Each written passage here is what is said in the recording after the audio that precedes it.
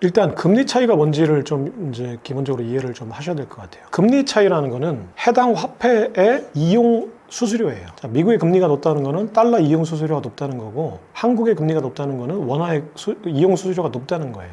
그리고 반대로 얘기했을 때 그걸 이용했을 때 수익이 더 크니까 이용을 하겠죠. 그러니까 두 가지가 다 높은 거예요. 수익률도 높고 이용 수수료도 높다. 자, 그러면 한미 금리 차는 지금 한 2%포인트 정도 날 거예요. 그러니까 지금 미국은 4.75에서 5% 레인지를 가지고 있고, 한국의 금리는 3.25%니까 대략적으로 1.75에서 뭐 2.0% bp 정도가 차이가 납니다. 굉장히 큰 차이예요. 이게 무슨 얘기냐면 달러 가치가 훨씬 높다는 얘기예요. 원화 가치에 비해서. 그러면 사람들이 어디에 투자를 할까요? 그 금리 차만큼 수익률이 벌어지는 거예요. 미국 그 돈에 투자하면 5% 이자를 받는데 한국 돈에 투자하면 3.2% 이자를 줘요. 간단히 얘기해서.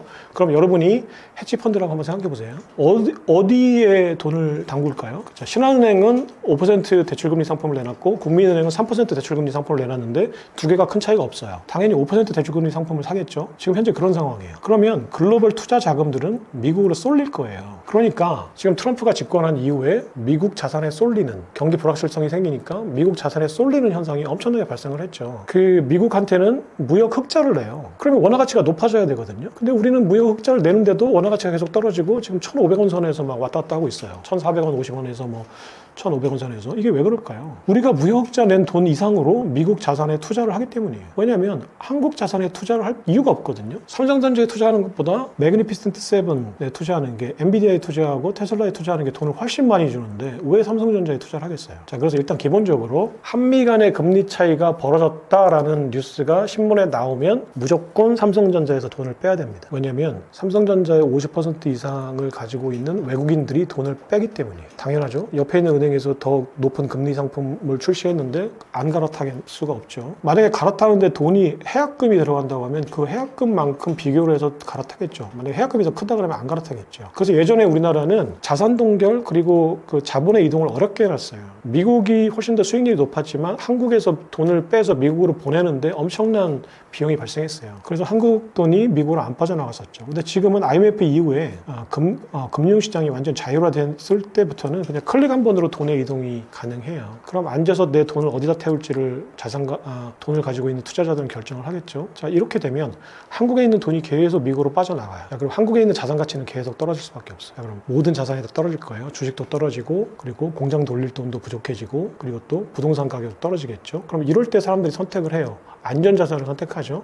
그래서 금으로 가고, 서학개미들은 미국으로 돈을 옮기고, 그리고 아파트를 사는 사람들은 다른 아파트는 다 떨어지는데 떨어지지 않는 똘똘한 한 채로 옮기죠. 그러니까 시중에 돈이 많이 없다 할 때도 희소한 안전자산으로 돈이 이동하고, 시중에 돈이 많이 풀렸을 때에도 희소한 안전자산으로 돈이 이동을 해요. 이 속성을 잘 이해를 하셔야 가난해지지 않을 수 있어요. 그러니까 지금 현재 달러 시스템에서는, 법정화폐 시스템에서는 절대 부자가 될 수 없습니다. 자산을 먼저 선점하지 않은 이상. 지금 30년 전에 강남 아파트를 사지 않았다면 앞으로 강남 아파트 살 수 없어요. 이 얘기는 무슨 얘기냐면 앞으로 절대 부자가 될 수 없다는 얘기예요. 화폐 시스템이 바뀌기 전에는. 이 속성을 잘 이해하셔야 됩니다. 이걸 그냥 좀 어려운 말로는 그 깡티형 효과라고 해요. 그 아일랜드의 애덤 스미스보다 훨씬 더 이전에, 훨씬 더 이전 아니고 한 30년 정도 먼저 깡티형이라는 천재 경제학자가 있었어요. 그 사람이 만든 이론이에요. 무슨 얘기냐면 부자가 되려면 중앙은행과 가까운 곳에 있으라는 얘기예요. 자, 화폐를 발행하면 그 화폐를 발행한 곳에 가까운 사람들이 먼저 쓰게 돼 있죠. 먼저 대출을 받게 돼 있어요.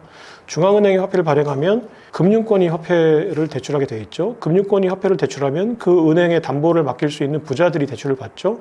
그 부자들이 대출을 받고 나면 인플레이션이 발생하죠. 그래서 서민들이 대출을 받을 때쯤 되면 이미 모든 자산이 인플레이션이 돼서 서민들이 대출을 받고 아파트를 살 때는 가격이 이미 올라 있어요. 그래서 중앙은행에 가까운 사람들일수록 대출을 빨리 받고, 대출을 빨리 받을수록 돈을 자산으로 바꿔서 그 자산 가격이 상승하면 부자가 될 수 있는 거예요. 이거는 화폐량이 계속 늘어나기 때문이에요. 이게 깡티형 효과거든요. 그래서 애덤 스미스 전 30년 전에 그 리처드 깡티형이라는 그 아일랜드 경제학자가 이걸 이미 꿰뚫어 보고, 자, 앞으로 이런 화폐 시스템에서는 여러분 한국은행에 가까이 사세요. 그래서 한국은행 화폐를 발행하면 무조건 오픈런으로 해서 그 돈을 대출받아서 빨리 아파트를 사세요. 이렇게 얘기했던 거예요.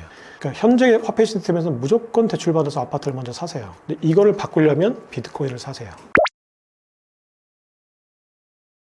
환율 전쟁은 아까 얘기했듯이 관세 전쟁, 환율 전쟁의 궁극적인 목적은 트럼프가 달러 약세 기조를 만드는 거예요. 달러 약세 기조를 만드는 건 트럼프가 미국의 제조업을 부흥시키기 위해서 그런 거예요. 하지만 달러 약세라는 거는 기축통화에는 치명적이에요. 아까 얘기했듯이 기축통화는 유동성과 신뢰도라는 두 가지 자질을 겸비하고 있어야 되는데 트리피 딜레마라는 구조적인 모순 때문에 유동성과 신뢰도를 구조적으로 지속적으로 겸비할 수가 없어요. 그러면 달러 약세가 되는 순간 기조적으로 장기적으로 달러 약세가 추세가 되는 순간 달러의 신뢰도는 뚝 떨어져요. 이 얘기는 무슨 얘기냐면 달러의 신뢰도가 달러 약세 때문에 떨어지면 신뢰도가 떨어졌기 때문에 달러 약세가 훨씬 더 가속화되고 점진적으로 더 증폭되는 거죠. 그러면 달러 약세가 더 이상 헤어나올 수 없는 달러 약세로 추세로 갈 수도 있어요. 구조적으로. 자, 그렇다면 달러 약세라는 건 무슨 얘기냐면 아까 얘기했잖아요. 화폐가 발행될수록 화폐 가치가 떨어지는 건데 그러면 달러 약세 자체가 화폐가 많이 발행된 효과를 내요. 그러면 많이 발행된 화폐는 아까 얘기했죠. 환타지를 만든다고. 실제로 시장에는 구매력은 100달러밖에 없는데 우리 시장에는 10,000달러가 있고 1억 달러가 있다. 그러면 1억짜리 아파트가 100억이 되는 거죠. 자, 이렇게 환타지를 만드는 거예요. 그러면 비트코인 시대에서는 어떤 영향을 미칠까? 아까도 얘기했지만 비트코인은 달러 의존적 반달러예요. 자, 비트코인은 이런 달러의 구조적인 모순을 깨부시기 위해서 태어난 새로운 악마인데 이 새로운 악마가 아직까지는 뿌띠띠아브래요. 새끼 악마예요. 그래서 얘가 꼬리가 커지고 귀도 쫑긋 세우고 근육도 좀 생겨서 달러와 실제로 싸우기 전까지는 지금 달러에 의존해서 계속 커나가고 있는 달러가 양육시켜주고 있는 어떻게 보면 기생충이죠. 그러니까 달러가 숙주인 기생충이 이제 비트코인이라고 할 수도 있어요. 이 표현이 좀 그렇지만. 자, 그러면 반대로 얘기했을 때 달러가 엄청나게 약세가 된다는 얘기는 시장에 인플레이션이 엄청나게 압력이 고조된다는 얘기예요. 그럼 달러 의존적 반달러인 비트코인은 인플레이션을 먹고 사는 지금 악마거든요. 그러면 달러 약세가 되면 지금 성장기에 있는 비트코인한테는 어마어마하게 호재죠. 비트코인 가격이 어마어마하게 올라갈 겁니다. 그러니까 지금 1억인 지금 8만 달러인 비트코인의 가격이 이 명목 가치가 계속 올라가서 10만 달러, 100만 달러가 될 거예요. 그럼 이제 인플레이션이니까 화폐 가치가 떨어졌으니까 실제로 100만 달러를 받는다고 하더라도 실질 가치가 얼마인지는 모르겠죠. 그래서 궁극적으로 사실 사토시제이션이 되고 나면은 비트코인의 가치는 사토시제이션으로 구매력을 평가를 해야 돼요. 하지만 그때까지는 달러에 표시된 그 명목 가치로 평가를 하니까 어쨌거나 그 명목 가치는 계속 올라가겠죠. 비트코인한테 성장에는 좋은 거죠. 매수해야 될지 매도해야 될지는 각자 판단하셔야 돼요. 각자 공부를 하셔야죠. 그래서 제가 이제 비트코인 책도 쓴 이유가 저도 이제 비트코인을 공부하면서 이제 공부한 내용을 쓴 거고 앞으로 더 많은 공부를 해야 돼요. 여러분들도 비트코인을 공부하고 비트코인의 시대 또는 좋은 책들이 시중에 많이 나와 있으니까 일단 공부를 하시고요. 그리고 비트코인을 공부한다고 해서 꼭 비트코인이 제목인 책들만 사서 볼 필요는 없어요. 그러니까 기본적인 경제에 지금 쉽게 얘기해서 세계화, 그러니까 지난 50년간 그 글로벌 경제가 어떻게 조직화되고 또 어떤 모순을 안고 있고 이 모순을 시정하는 과정에서 어떤 선택들을 사람들이 해나갈 것인가를 보면은 비트코인이 장기적으로 어떤 자산이 되고 어떤 자리매김을 하게 될지를 이해할 수 있을 거예요, 쉽게. 그러려면은 일단 경제 구조, 펀더멘털이라고 할 수 있는 그 글로벌 경제 구조를, 거시경제를 일단 이해하셔야 돼요. 근데 거시경제를 이해하지 않고 단순하게 암호화폐, 크립토, 비트코인, 코인, 토큰 이런 것만 공부해 가지고서는 뭘 어떻게 비교해야 될지 모르겠는데 결국은 그냥 컴퓨터를 공부하고 계신 거예요. 암호화폐를 공부한다는 거는 블록체인을 공부한다, 암호학을 공부한다. 이거는 그냥 공대에서 애들이 배우는 코딩을 공부하고 계신 거예요. 경제를 공부한 게 아니죠. 그러면 그 코드의 가치가 우리 경제에서 어느 정도 가치를 갖느냐라는 거는 이 경제를 알아야 이 경제 속에서 이 대상이 어느 정도 가치를 어느 자리에 있고 어느 정도 가치를 갖게 되는 알겠죠. 근데 지금 이 기반이 되는 경제에 공부를 하지 않고 코드를 공부한다. 그냥 코딩이죠. 그러니까 비트코인을 매수해야 될지 매도해야 될지는 모르겠지만 일단 비트코인이 가지고 있는 지금 근본적인 이 본질 그리고 이런 본질을 가진 이런 속성을 가진 이 어떤 상품이 앞으로 우리 경제에 어떤 역할을 하게 될지 그리고 왜 그런 역할을 할 수밖에 없는지 그리고 왜 사람들이 지금 비트코인이라고 하는 이런 대상을 찾고 있는 건지 왜 사람들이 트럼프를 대통령으로 미국 사람들이 트럼프 대통령을 뽑았는지 이런 것들을 보면 트럼프기 때문에 뽑힌 게 아니고요. 트럼프 같은 사람이 필요했던 거죠. 대통령이. 그리고 비트코인이기 때문에 사람들이 지금 비트코인을 사고 있는 게 아니고요. 비트코인 같은 것들이 필요한 거예요. 그 자리에 트럼프가 있었고 그 자리에 비트코인이 있는 거예요. 그러면 왜 비트코인 같은 것들이 필요하고 왜 트럼프 같은 인물이 필요한가? 전 세계는. 아니면 또 작게 보면 왜 미국의 중산층들은 지금 트럼프에 열광하는가? 이걸 볼 보려면 지난 50년간 있었던 닉슨 쇼크 이후에 아까 얘기했던 그 월가가 만들어놓은 파생상품과 대출상품이 만들어놓은 이 세계화 경제, 이 세계화 경제는 무엇이고 그 경제가 무엇이 잘못됐고, 이 잘못됐다는 건 우리 입장에서예요. 월가 사람들이 월가 입장에서 볼 때는 어마어마하게 좋죠. 엄청나게 단물 빨아먹고 돈을 많이 벌었을 테니까, 그리고 앞으로도 어떻게 해서든 돈을 벌 수 있을 테니까 월가 사람들이 좋아요. 아까 얘기했지만 상대적인 개념인 거예요. 그럼 90%의 우리 같은 사람들한테는 왜 그러면 이 세계화 경제가 고통스러웠고 힘들었고 바꿔야 되는가를 이해하시면 비트코인이 왜 필요하고 왜 그 자리에 지금 비트코인 같은 게 있는지를 이해하실 거예요. 그렇다면 그걸 이해하시고 나면 비트코인이 앞으로 90%의 수많은 소외된 사람들, 이 사람들의 어떤 욕망, 바램 때문에 없어지지 않을 거고, 굉장히 강력한 욕망이 비트코인의 그 이야기를 이끌어낼 거고, 아마 비트코인이 조금 결함을 가지고 있고 완벽한 디지털 금이 아니더라도 이 사람들의 욕망이 모여서, 열망이 모여서 그 비트코인의 이야기를 완벽하게 써내려 갈 거예요. 그럼 정작 중요한 거는 비트코인이 가지고 있는 본질이 아니에요. 이 사람들이 비트코인을 바라보면서 써내려가는 이야기가 우리한테는 본질이에요. 네, 조금 어렵게 철학적으로 얘기하면은 우리는 본질 자체를 접근할 수도 없고 이해할 수도 없어요. 그러니까 수많은 천재 철학자들이 한 5,000년, 기원전부터, 그리스 철학자들부터, 중세 근대 철학자, 지금 현대 철학자들까지 수많은 연구를 하고 수많은 사유를 하고 수많은 고민을 했는데 그 누구도 본질에 접근할 수 있다고 얘기한 사람이 없어요. 접근할 수 있다고 얘기한 사람이 있는데 본질에 접근한 사람은 없어요. 무슨 얘기냐면 인간의 의식은 절대 물 자체의 본질에 접근할 수 없어요. 그럼 우리는 사토시 나카모토가 만들어놓은 비트코인이라는 본질 자체에 접근할 수 없어요. 접근할 수 있다고 생각하는 사람은 그 사람이 아리스토텔레스나 플라톤이나 칸트나 니체나 데카르트나 이런 사람들에 비해서 자기가 훨씬 더 많은 사유를 하고 훨씬 더 머리가 좋다고 생각하는 사람이에요. 지금 AI가 나왔는데 머리가 누가 좋다라고 얘기하는 거 의미도 없는 이 시대에 갑자기 나는 머리가 좋으니까 나는 비트코인의 본질에 대해서 이해했어. 비트코인은 절대 화폐가 될 수 없어. 아니면 비트코인은 완벽한 화폐가 될 수 있어 라고 얘기하는 것 자체가 오만입니다. 알 수가 없어요.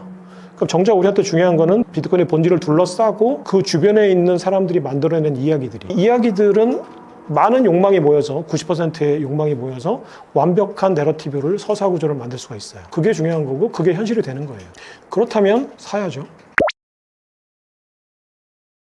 이 설명을 드리려면 일단 기본적으로 전제를 좀 빌드업을 좀 해야 될 것 같아요. 무슨 얘기냐면, 자, 미국에서 우리가 뉴스를 보는 백악관이 있죠. 백악관 맨날 브리핑을 합니다. 지금 그 백악관 그 대변인, 아주 열혈 대변인이 있죠. 여성 대변인. 이 사람이 트럼프의 정책을 막 지금 대변을 하죠. 그리고 좌파 언론들이 질문을 잘못하거나 또 트럼프를 공격하는 발언을 하면은 무참히 공격을 하죠. 방어를 하는, 사실은 이거는 공격을 하는 게 아니라 사실은 방어를 하는 거예요. 이 좌파 언론들이 트럼프한테 이제 의도적인 질문들을 많이 하죠. 브리핑실에서 나오고 있는 백악관의 정책들이 있어요. 이 브리핑실에서 나오는 백악관의 브리핑이 미국의 정책을 어느 정도나 설명할 수 있을까요? 자, 미국은 패권국이에요. 자, 패권국이란 건 아까 얘기했듯이 패권이라는 거는 공정이나 정의의 문제가 아니거든요. 이것은 힘의 문제예요. 패권을 어떻게 해서든지 간에 지켜야 되는 거고, 만약에 내가 패권을 뺏기는 순간 그 다음 패권자한테 칼부림을 당하는 게 패권이에요. 그러면 미국은 어떻게 해서든 이 패권을 지켜야 되는 거고 수단과 방법을 가리지 않을 거예요. 그 수단과 방법을 가리지 않는 하부 조직들이 있어요. 우리가 흔히 얘기하는 CIA나 NSA나 또는 국방부나 또 여러 조직들이 가지고 있는 하부 또 정보 조직들이 있겠죠. 그 정보 조직들, 또 실행 조직들, 또 특수부대들, 또 비밀 결사 조직도 있을 거예요. 없지 않아. 그것도 이제 비공식적인 어떤 비선 라인들도 있을 거고, 또 이제 민간의 어떤 또 용병들도 있을 거고, 여러 가지 이제 그 네트워크들이 있을 거예요. 미국이 가지고 있는. 그러면 백악관 브리핑실에서 발표하는 미국의 정책이 미국의 패권 유지에 더 많은 작용을 할까요? 아니면은 지금 보여지지 않는 이 조직들이 미국의 패권 유지를 위해서 더 많은 일들을 할까요? 그러니까 쉽게 얘기해서 CIA와 NSA와 미국 국방부 펜타곤이 어제 무슨 일을 했는지 우리가 아나요? 백악관 브리핑 할 때 그 브리핑 자료에, 보도 자료에 그런 것들이 있나요? 단 한 줄도 없어요. 단 한 줄도 없다는 얘기는 이 사람들이 아무 일도 하고 있지 않다는 뜻인가요? 이 사람들은 매일 불철주야 눈에 핏대를 세우고 어떤 일을 할 거예요. 그럼 그런 일들이 뭘까? 그런 일들은 발표되지 않으니까 그럼 우리가 국제관계에서 살아남으려면 그들이 하고 있는 것들을 추론해 봐야 될 것 같아요. 발표하지 않으니까. 자, 그러면 백악관이 발표하고 있는 공식 브리핑과 이들이 할 거라고 생각되는 개연성이 있는 합리적인 추론들을 모여서 합쳐서 미국이 패권 유지를 위해서 어떤 행동을 작업을 하고 있나를 추론을 해봐야겠죠. 근데 이 백악관의 브리핑보다 이 추론이 진실에 더 가까울 수도 있어요. 자, 그럼 지금부터 그동안에 있었던 여러 가지 미국의 패권과 관련될 거라고 추론되는 여러 가지 이벤트들, 사건들, 전쟁들을 한번 얘기를 해볼게요. 첫 번째가 2003년에 있었던 이라크 전쟁입니다. 자, 2003년에 있었던 이라크 전쟁은 아들 부시가 공표를 했죠. 자, 지금 9.11 테러가 났는데 지금 이슬람 국가들에 있는 테러 조직들을 와해시켜야 돼. 근데 이라크 후세인이 대량 살상 무기를 창고에 가득 채워놓고 있다고 하는데 어떻게 해야 되지? 라고 한 거예요. 자, 그러면 다시 9.11 테러가 또 미국의 심장부를 강타하는 일이 벌어지지 않으려면 미국의 모든 시민들이 이 가짜 정보, 가짜 뉴스에 백악관이 만들어놓은 가짜 프레임에 동조를 했죠. 미국 국민들이 70%가 동의를 했어요. 자, 후세인의 대량 살상 무기를 가서 파괴해라. 부시 대통령한테 그런 권한을 국민이 위임했죠. 그럼 강력한 지지를 등에 업고 네이비실이나 이런 특공대들이 이제 이라크 정확하게 2003년 3월 20일 날 우리 시간으로 저녁인가?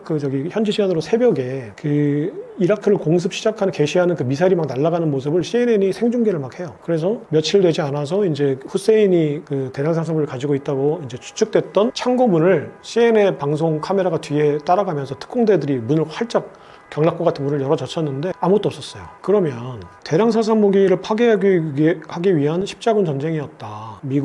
성스러운 미국의 본토를 지키기 위한 성스러운 전쟁이었다라고 하면 대량 살상 무기가 없으면 명분이 사라졌는데 전쟁을 그만둬야죠. 근데 2003년 12월인가 2004년까지 전쟁을 계속하고 결국은 후세인이 땅굴에 숨어 있는 거를 막 끄집어내서 마치 이렇게 두더지 잡듯이 잡아서 이제 형장의 이슬로 사라졌죠. 후세인은. 그러면 후세인은 도대체 왜 미국이 죽인 거예요? 부시는 대량 살상 무기를 파괴했다고 했는데 후세인은 대량 살상 무기를 갖고 있지 않았고, 근데 미국은 전쟁을 중단하지 않고 끝까지 한 다음에 후세인을 잡아서 사형시키고 부시가 우리는 승리했다라고 선언을 했어요. 그럼 도대체 뭐에 승리를 한 거예요? 이라크 전쟁. 자, 승리했다고 하니까 그러면 미국은 뭔가 이긴 거잖아요. 목적을 달성한 거죠. 자, 그러면 미국은 대량 살상 무기 파괴라고 했어요. 그럼 대량 살상 무기를 파괴했다는 얘기인데 안 했죠. 그럼 뭘까요? 그럼 도대체 왜 그러면 그랬을까요? 그러면 이라크 전쟁 이후에 이라크 전쟁 때문에 미국이 얻었던 이익을 한번 거꾸로 역추적을 해서 추론을 한번 해볼 수 있어요. 자, 이라크 전쟁 당시 2003년은 유로화가 출범한 지 몇 년 안 돼서 유로화의 가치가 달러의 가치를 뚫고 올라갈 때였어요. 그래서 유로화가 엄청나게 비싸지고 달러의 가치가 계속 떨어지고 달러 인덱스가 계속 급락하고 있을 때예요. 자, 이렇게 달러 가치가 급락한다는 얘기는 기축통화로서의 어떤 패권이 위협을 받는다는 얘기였죠. 그럼 이걸 누가 위협하냐면 당시에는 EU의 유로화였죠. 그러면 미국의 패권국인 미국의 눈에, 백악관의 눈에 보면 지금 뭔가 달러 패권이 위험한데 라고 위기의식을 느낀 와중에 그 당시에 중국은 하루에 1,500만 배럴의 석유를 수입하는 나라예요. 달러로 수입하죠.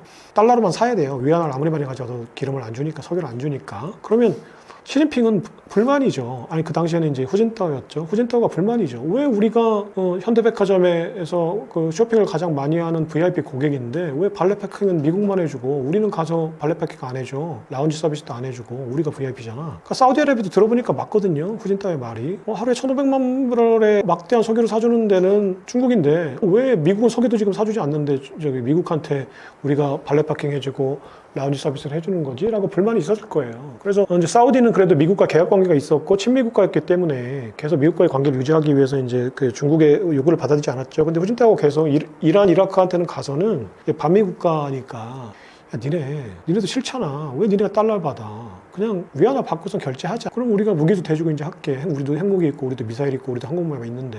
얘기했죠. 그러니까 후세인이 들어보니까 그럴듯한데? 그럼 위안화로 결제 한번 해볼까? 이제 얘기를 한 거예요. 자, 유로화가 달러화를 위협하고 달러의 패권을 위협하고 있고 그 와중에 중국이 또 위안화 결제를 호시탐탐 노리고 있고 거기에 이라크가 협조를 하겠다고 후세인이 갑자기 고개를 확 쳐들었어요. 자, 이걸 바라본 부시 행정부가 어떤 얘기를 했어요. 그 당시에는 이제 네오콘이라고 해서 이제 어마무시한 그 공화당의 보수들이 전쟁을 하자는 애들이죠. 걔들은 패권을 지키기 위해서 전쟁을 하자. 포진하고 있을 때니까 전쟁을 했죠. 야, 그러면 무찔러야지. 우리가 가진 게 무기밖에 없는데, 힘밖에 없는데, 근육밖에 없는데. 그래서 이라크 전쟁이 났어요. 자, 이라크 전쟁이 나니까 후세인을 축출을 했죠. 그러니까 후진타오가 다시 가서 유로화로 결제합시다라고 얘기할 수 있는 사람이 없어요. 그럼 다시 이제 그 이후에 정권한테 가가지고 얘기해봤자 야, 그거는 옛날 얘기고 나는 잘 모르겠는데? 라고 하겠죠. 그러고 나서 또 한 가지 결정적이었던 게 피그스라고 해서 포르투갈, 아일랜드, 그리스, 스페인 이 나라들이 이제 부도 선언을 했어요. 1999년인가에 2009년인가 부도 선언을 했죠. 자, 이게 왜 그랬느냐라는 거예요. 자, 그 공교롭게 이라크 전쟁이 나고 나니까 그 이라크 석유가 할리버튼이라고 하는 딕 체니 부통령의 석유 회사가 이라크 석유를 장악한 다음에 이라크 석유 수출을 안 했어요. 동결시켰죠. 그러니까 석유 공급에 차질이 빚어지니까 국제석유 WTI 가격 기준으로 2003년 3월 20일 이라크 전쟁 발발일 전에 25달러였던 국제 석유 가격이 2004년 12월 말에 거의 100달러에서 160달러까지 막 치솟아요. 평균적으로 한 100달러까지 갔었고 피크를 찍었을 때 거의 150달러까지 갔었어요. 그럼 석유 가격이 거의 6배, 7배 오른 거예요. 자, 이 얘기는 무슨 얘기냐면 산유국이 아닌 석유를 수입하는 나라들은 엄청난 원자재 가격 인플레이션이 생겼겠죠. 석유 인플레이션으로. 그러면 오일 쇼크가 온 거예요. 사실상 그 나라들은. 그럼 그 나라들이 어딜까요? 자, EU 국가 중에 석유를 가장 많이 쓰는데 석유가 한 방울도 안 나는 나라가 대표적으로 두 나라가 있거든요. 그 나라가 프랑스하고 독일이에요. 자, 프랑스하고 독일은 천연가스하고 석유를 대부분 다 지중해 건너서 중동과 그리고 러시아로부터 수입을 합니다. 노스톰이라는 그 송유관을 통해서 천연가스를 러시아로부터 수입해요. 독일은. 그러니까 독일이 그 러시아가 그 송유관을 막아버리면 독일은 당장 얼어 죽습니다. 겨울에. 자, 이런 나라들이 그 공업 국가인데 특히나 독일은 제조업 국가인데 이 제조업 국가가 갑자기 어느 순간 석유 가격이 6배가 뛰니까 모든 원자재 가격이 6배가 뛴 거예요. 어마어마한 인플레이션이 생겼겠죠. 그러니까 실질 경제 성장률이 이제 주저앉았겠죠. 그러니까 EU를 지탱하고 있는 프랑스와 독일 경제가 주저앉은 거예요. 근데 부자가 망해도 3년은 간다고 독일하고 프랑스는 견뎠어요. 근데 그 주변 국가들이 못 견뎠죠. 아까 얘기했던 피그스가 못 견딘 거예요. 그래서 이 나라들이 부도선언을 하면서 유로화가 망가졌어요. 그러니까 이라크 전쟁이 화폐 전쟁이라고 단언할 수는 없어요. 그런데 결과적으로는 화폐 전쟁이죠. 이라크 전쟁이 난 다음에 유로화가 망가지고 그 위안화 결제를 호시탐탐 누렸던 중국이 이라크 석유를 위안화를 못 사게 됐죠. 그러니까 결과적이든 의도했든 미국은 화폐 전쟁에서 승리를 했던 거죠. 그 승리를 했던 가장 강력한 원인은 이라크 전쟁이었어요. 자, 두 번째는 그러면은 석유 결제를 위안화로 하려고 했던 나라들이 또 대표적으로 이란과 베네수엘라가 있어요.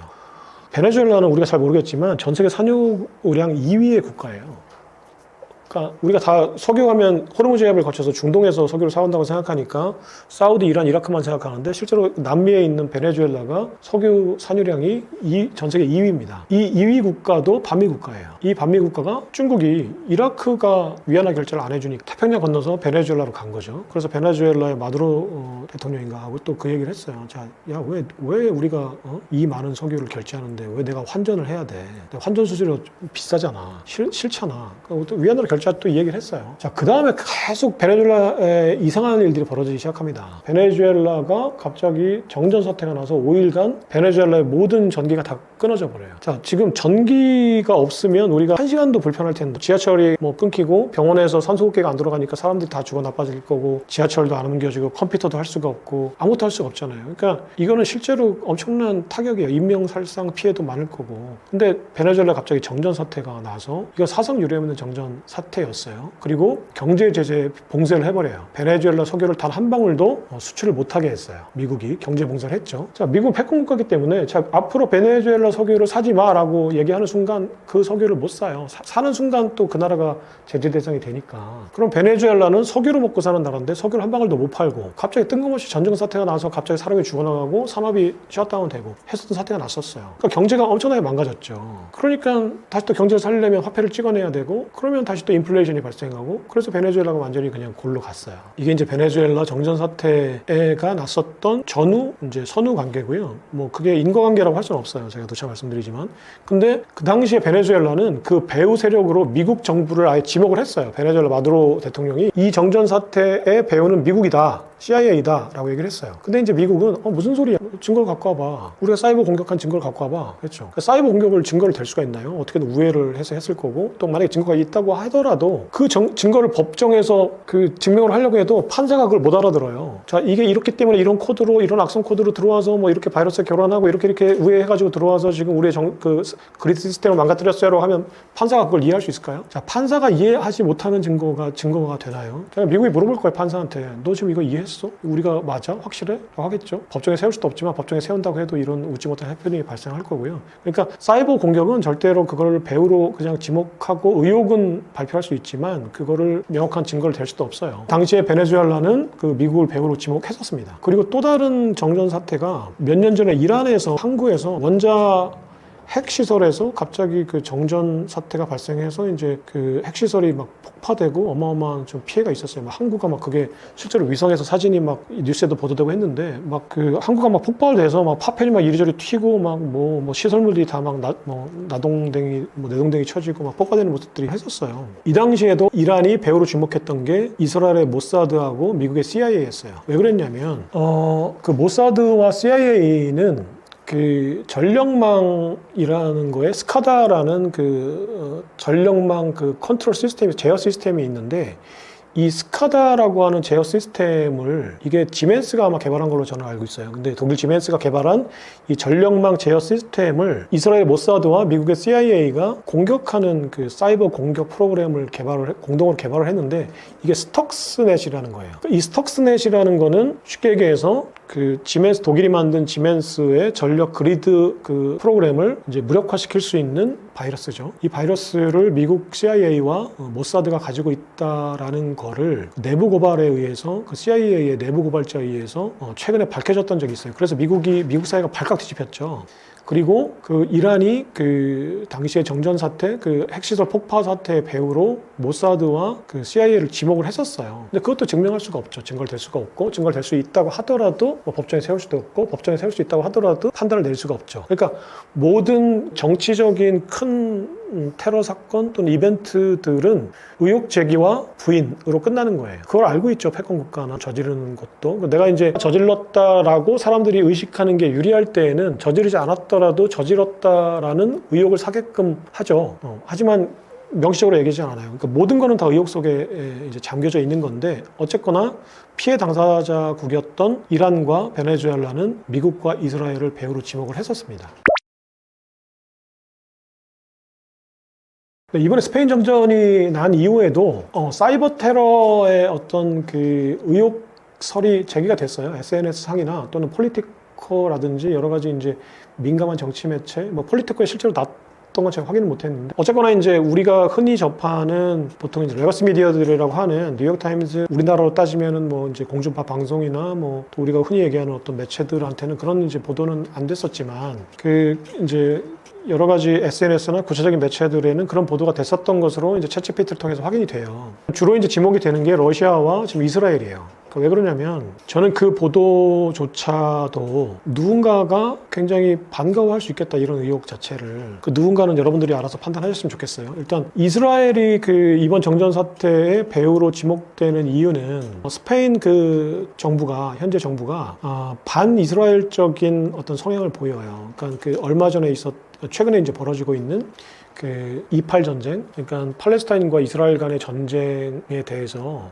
좌파 정부이기 때문에 정치적 올바름주의죠. 그러니까 이빠른 소리를 해야 될 거 아니에요. 그러면 이거는 정의의 문제다. 이거는 이스라엘의 잘못이라고 생각한다라고 명시를 했어요. 그리고 팔레스타인을 지지한다고 했죠. 팔레스타인은 피해 국가다. 그리고 이번에 그 전쟁은 하마스의 미사일로 시작됐지만 실제 이란을 본토를 공격하기 시작한 거는 이제 이스라엘의 미사일이었죠. 이런 것들을 예를 들어서 이제 그 스페인 정부가 이스라엘을 비난하고 팔레스타인을 지지하니까 이스라엘이 싫었겠죠. 그럼 아까 얘기했듯이 이제 이란을 공격했던 그 스톡스넷이라는 어떤 그 사이버 테러 수단을 가지고 있다는 거죠. 그러니까 SNS 상에서는 또 이스라엘이 배후가 아니냐라는 의혹들이 제기가 되고 있어요. 또 하나는 러시아예요. 또 스페인 정부가 또 하나 비난하는 게 러시아와 우크라이나 전쟁에서 러시아를 맹비난을 했어요. 러시아 입장에서, 푸틴 입장에서도 이제 미운 털이죠. 그러니까 듣기 싫은 소리를 자꾸 하니까. 자, 이런 상황입니다. 자, 근데 그 SNS 상에서도 지금 배후로 지목되지 않고 있는, 명시되지 않고 있는 국가가 있어요. 자, 지금 스페인은 실제 러시아의 패권에 도전하고 있지 않아요. 왜냐면 우크라이나 지지하는 거는 뭐 푸틴이 듣기에는 그냥 기분은 나쁘겠지만 지금 스페인 총리는 관세 전쟁이 나자마자 중국으로 달려갔거든요. 자, 중국은 권위주의 국가라는 틀 안에서는 러시아하고 동맹이에요. 암묵적으로. 미국이라는 공동의 적을 상대하기 위해서. 물론 권위주의 국가 체제에 대해서는 또 북한을 둘러싼 어떤 헤게모니 싸움에서는 중국과 러시아가 또 서로 으르렁거리는 이제 용쟁 호투를 벌이고 있는 패권 국가들인데 어쨌거나 이 패권이 외부적인 싸움에 있어서는 공동 전선을 형성하고 있어요.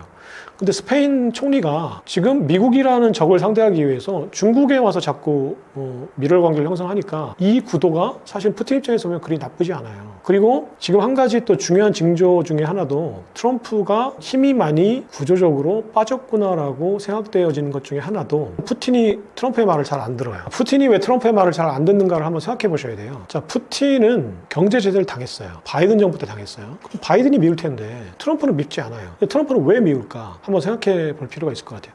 자, 러시아는 천연가스와 석유 수출국이에요. 자원 수출국이에요. 달러 지금 패권을 우회하기 위해서는 다른 나라, 유럽이나 중국에 천연가스나 석유를 많이 팔아야 되죠. 자, 가지고 있는 거라고는 석유하고 천연가스밖에 없어요, 러시아는. 노골적으로 얘기하면. 근데 갑자기 트럼프가 제조업을 살리겠다라고 하면서 또 한 가지 내세우는 게, 자, 모든 나라가 우리나라에 와서 공장을 세우려면 전기세 낮춰야 돼. 자, 전기세를 낮추려면 전기를 생산하는 석유값을 낮춰야 돼. 그러니까 석유값을 계속 낮추려고 해요. 에너지 가격을 낮추려고, 최저 가격을 낮추려고 하죠. 그러니까 사우디아라비아 러시아한테도 압력을 가하는 거예요. 니네 석유 비싸게 팔지 마. 니네 비싸게 팔면 내가 가만 안 둘 거야. 그리고 나는 싸게 팔 거야. 내가 싸게 팔면 유주선들이 미국을 오겠지? 어떻게 할래? 라고 물어본 거예요. 푸틴은 싫죠, 트럼프가. 진짜 진심에서 우러나는 오방이 어디 있어요. 예전에 푸틴이 트럼프 말을 들었던 거는 트럼프가 자기 편을 들어주니까 좋았던 거죠. 전략적 동반자였지, 이거는 친구가 아니었죠. 그러니까 트럼프가 이제 와서 자기가 가지고 있는 석유를 싸게 팔려고 하니까 푸틴이 무슨 소리지? 얘가 지금 뭔 소리 하는 거지? 얘가 지금 세상 돌아가는 물정을 잘 모르는 것 같은데? 라고 생각을 한 거예요. 사우디아라비아도 마찬가지예요. 사우디아라비아도 가진 거라고는 석유밖에 없는데 자꾸 미국이 석유 가격을 낮추겠다고 하니까 트럼프가 싫죠. 그럼 석유를 비싸게 사주는 데다가 이제 팔로를 개척해야 될 거 아니에요. 자꾸 사우디아라비아도 시진핑을 자꾸 만나는 거예요. 빈살만도. 자, 이런 지금 패권의 균형추가 막 흔들리고 있는데 이 빈틈을 스페인 총리가 달려가서 지금 상처가 난 곳에다 레몬하고 소금가루 막 뿌리고 있는 거예요. 그 트럼프 상처난 그 상처에다가 막 소금하고 레몬가루 뿌리니까 얼마나 아프겠어요, 트럼프가. 그러면 이거는 영린을 건드린 거예요. 자, 그러면 패권자의 영린을 건드렸을 때 모든 종착지는 패망이에요, 패망. 죽음. 자, 마키아벨리나 그 정치 그 외교의 달인이었던 헨리 키신저나 그리고 역사상 유명한 사상가들이 이구동성으로 한 얘기가 패권의 말로는 죽음이고 패권의 도전은 죽음이라고 한 거예요. 공통적으로 죽음이에요, 죽음. 패권의 도전은 죽음이고 내가 패권을 갖고 있던 패권자가 패권을 놓치면 죽음입니다. 그러니까 이건 죽음의 문제예요. 트럼프도 패권을 놓치면 미국도 죽는 거고요. 패권에 누군가 도전하면 죽이는 거예요. 스페인은 미국의 패권에 도전했어요. 그러면 미국이 가지고 있는 그 막강한 자원을 내가 이 엄청난 자원들 정보 자원, 사이버 테러 자원, 그리고 실제로 항공모함, 핵무기, 금융망, 금융 시스템, 외교력, 국가의 GDP 모든 게 다 압도적인 나라가 우리는 세계 지도자 국가고 세계는 아름다운 거니까 이거는 평화를 위해서 있는 거지 실제로 쓰는 건 아니잖아. 자, 우리는 이걸 절대 쓰지 않을 거야. 자, 핵무기는 전쟁을 하지 않기 위해서 핵무기라는 건 사실 전쟁의 억지력이지 실제로 쓰는 게 아니야. 이렇게 아름다운 생각을 하고 스페인을 어떤 식으로든지 간에 응징하지 않았을 거라고 생각을 한다면 그럴 수도 있죠. 아무런 증거는 없어요. 근데 그렇게 생각을 한다면 그 추측이, 그 추론이 맞을 가능성이 몇 프로 정도 될지 한번 생각을 해보시면 좋겠어요. 지금 여러 가지 이상한 일들이 우리 주변에서 많이 벌어지고 있는데, 자, 이걸 해석을 하려고 하는 거는 사실은 우리가 거기서 살아남기 위해서 또는 어떤 타격을 최소화하기 위해서 우리에게 유리한 어떤 국면을 만들기 위해서 어떤 정확한 해석이 필요한 거잖아요. 그러니까 그런 관점에서 좀 이런 생각들도 어떤 의미를 담고 있는지 한번 생각을 해보셨으면 좋겠고, 그러면 지금 이런 일련의 사태가, 이런 추론이 만약에 어느 정도 개연성을 가지고 맞다고 판단이 된다면 지금 이 국면이 어떤 국면인지를 한번 그림을 한번 그려보는 것도 의미가 있다고 생각해요. 무슨 얘기냐면 아까 이제 안토니오 그람시가 얘기했듯이 패권이라는 거는 자발적 복종이거든요. 이 자발적 복종이라는 건 착각이에요, 전적으로. 이거는 굉장히 굴복하는 건데, 사실은 힘과 권력과 돈과 시스템에 굴복하는 건데, 사실은 이거에 굴복하는 모든 굴복자들은 내가 자발적으로 참여를 하고 있다고 착각을 해요. 이게 패권이에요. 그러니까 패권이라는 거는 내가 자발적이다라는 생각이 없어지는 순간 무너져요. 그러니까 그래, 내가 친구니까 도와줘야지 라고 해서 도와주면 패권인데, 내가 쟤한테 두들겨 맞을 것 같아서 내가 쟤를 옹호하고 도와줘야지 라고 생각하면 패권이 이제 이미 균열이 가기 시작한 거죠. 그러니까 동맹국들이 미국을 바라볼 때 이 동맹이라는 시스템을 내가 자발적으로 유지하는 게 나한테 이득이 되고, 나는 그래서 미국이 미국이란 패권 체제에 가담을 하고 회비를 내면서 내가 이 패권을 유지할 거야. 이거는 우리한테 이득이 되니까 난 자발적으로 참여하는 거야. 이런 생각들이 유지가 됐기 때문에 그동안 그 미국의 패권이 이제 유지가 되고 동맹국들의 어떤 동맹 관계가 이제 공고했던 거죠. 근데 지금 스페인이 일단 그 미국이 가장 강력한 우방과 동맹이라고 생각했던 EU라는 이 패권의 동맹에서 어떤 약한 고리가 노골적으로 드러나기 시작했어요. 그리고 여러 가지 일련의 사태들이 이제 발생을 했죠. 그러면 이 시그널을 그게 진실이건 아니건 이 시그널을 아마 스페인 정부는 지금 해석을 할 거예요. 이 시그널이 내가 어떻게 해석을 해야 되는가. 진실이라는 건 중요하지 않죠, 여기서. 자, 그러면 이 시그널을 스페인 정부가 어떻게 해석하느냐가 중요하죠. 그러니까 팩트는 없는 거고 해석만 존재하는 거예요. 하지만 실제 국제 관계에서는 해석이 중요하죠. 그러면 스페인 정부는 이것이 진실 여부와 상관없이 미국이 보내는 시그널이라고 생각할 수도 있어요. 그렇다면 그 힘에 굴복하겠죠. 그래서 더 이상 중국과 시진핑을 만나러 안 가고 시진핑이 온다고 하면 나 지금 감기 때문에 좀 아픈데 너 나랑 얘기하면은 바이러스 옮길 수도 있어 오지 마. 그리고 오라고 하면 지금 다른 일 때문에 바쁜데 지금 정전사 때문에 바쁘잖아. 그리고 프랑스 누구야 마크롱도 만나야 되고 마카롱도 같이 먹어야 되고 독일도 가봐야 되고 영국도 가봐야 돼. 아주 일이 바쁜데 나중에 좀 만나지 이런 식으로 이제 하겠죠. 거리를 두겠죠. 자, 그럼 이거는 자발적인 복종이 아니라 굴복이죠. 자, 이런 굴복 상태라는 어떤 느낌이나 이런 이야기들이 이 동맹국들 사이에 이제 회자가 되기 시작하면 미국의 패권은 사실상 끝난 거예요. 그때부터는 패권이 아니라 이제 권력만이 남아있는 거죠. 이 권력을 지킬 수 있는 수단은 그다음부터는 어떤 우월한 어떤 사상, 철학, 문화, 시스템 이런 것들이 아니라 유일하게 남는 건 군사력밖에 없어요. 굴복시킬 수 있는 거는. 더 이상 내가 나보다 도덕성이 우월하고 나보다 철학적으로 우월하고 나보다 훌륭한 인품을 가졌다고 생각하는 어른한테는 가서 내가 명절 때 또는 지나갈 때 꾸벅꾸벅 절을 하겠지만 저 아저씨 맨날 술 먹고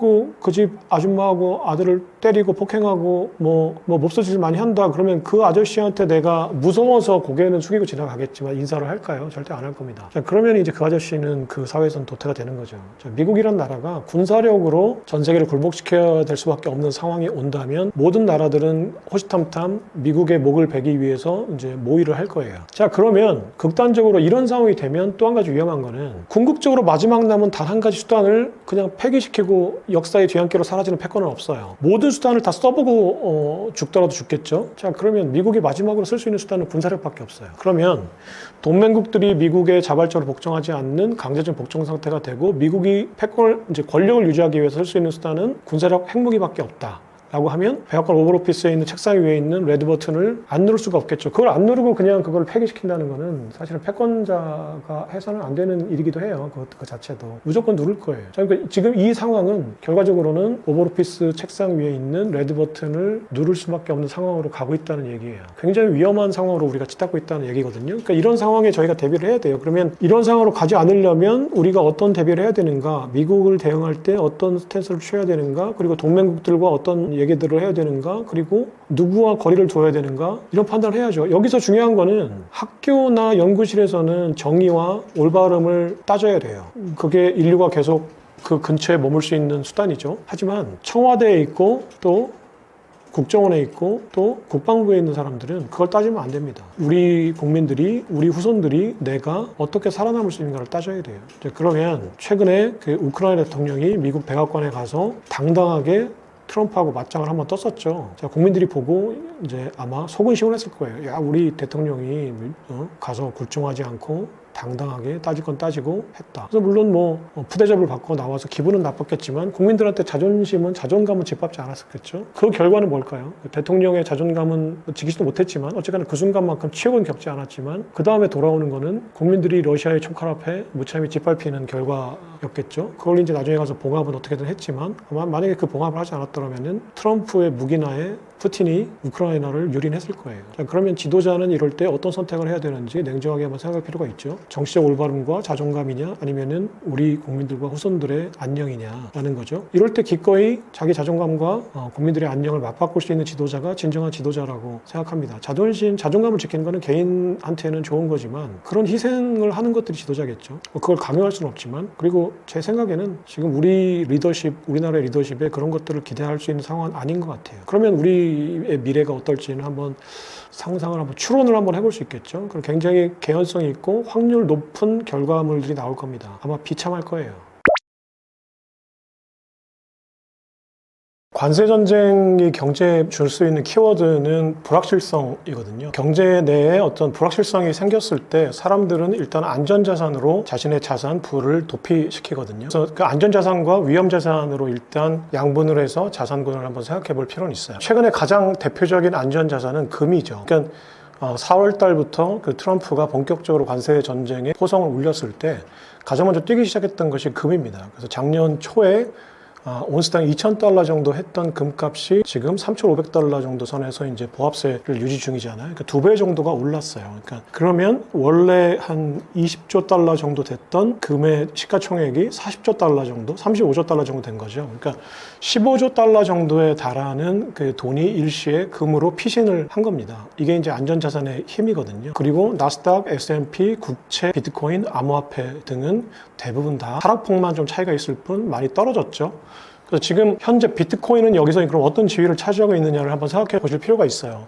관세 전쟁이 시작되면서 비트코인은 나스닥과 하락폭은 달랐지만 동조하는 거의 같이 움직이는 현상을 보였습니다. 사람들의 인식 속에는 아직까지는 비트코인 암호화폐가 위험자산으로 인식이 되고 있는 거예요. 이거는 비트코인 암호화폐가 가지고 있는 근본, 원래 성질, 본질하고는 상관이 없는 거예요. 그러니까 어떤 대상이 있을 때 그 대상이 가지고 있는 본질적인 속성이 있고 사람들이 그거를 바라보는 현상이 있죠. 이 현상과 본질 차이에는 괴리가 존재하고 궁극적으로는 사람들이 공부를 하고 미디어를 통해서 알게 되고 또 선각자들이 알리게 되면서 이 본질과 현상은 수렴하게 돼 있어요. 하지만 지금은 비트코인이 아직 나온 지 15년이 됐고 사람들이 잘 모르죠. 코어 개발자들과 초기 투자자들 그리고 지금 기관들, 공부한 기관들이 들어와서 비트코인을 알고 이 이야기를 퍼뜨리고 있는 거예요. 그러면 이 이야기가 본질에 맞게 형성이 되고 나면 결국은 궁극의 안전자산으로 사람들의 스토리 이야기가 회자되는 이야기가 수렴을 할 거예요. 하지만 지금은 나타나고 있는 현상은 위험자산으로 생각을 하고 있는 거예요.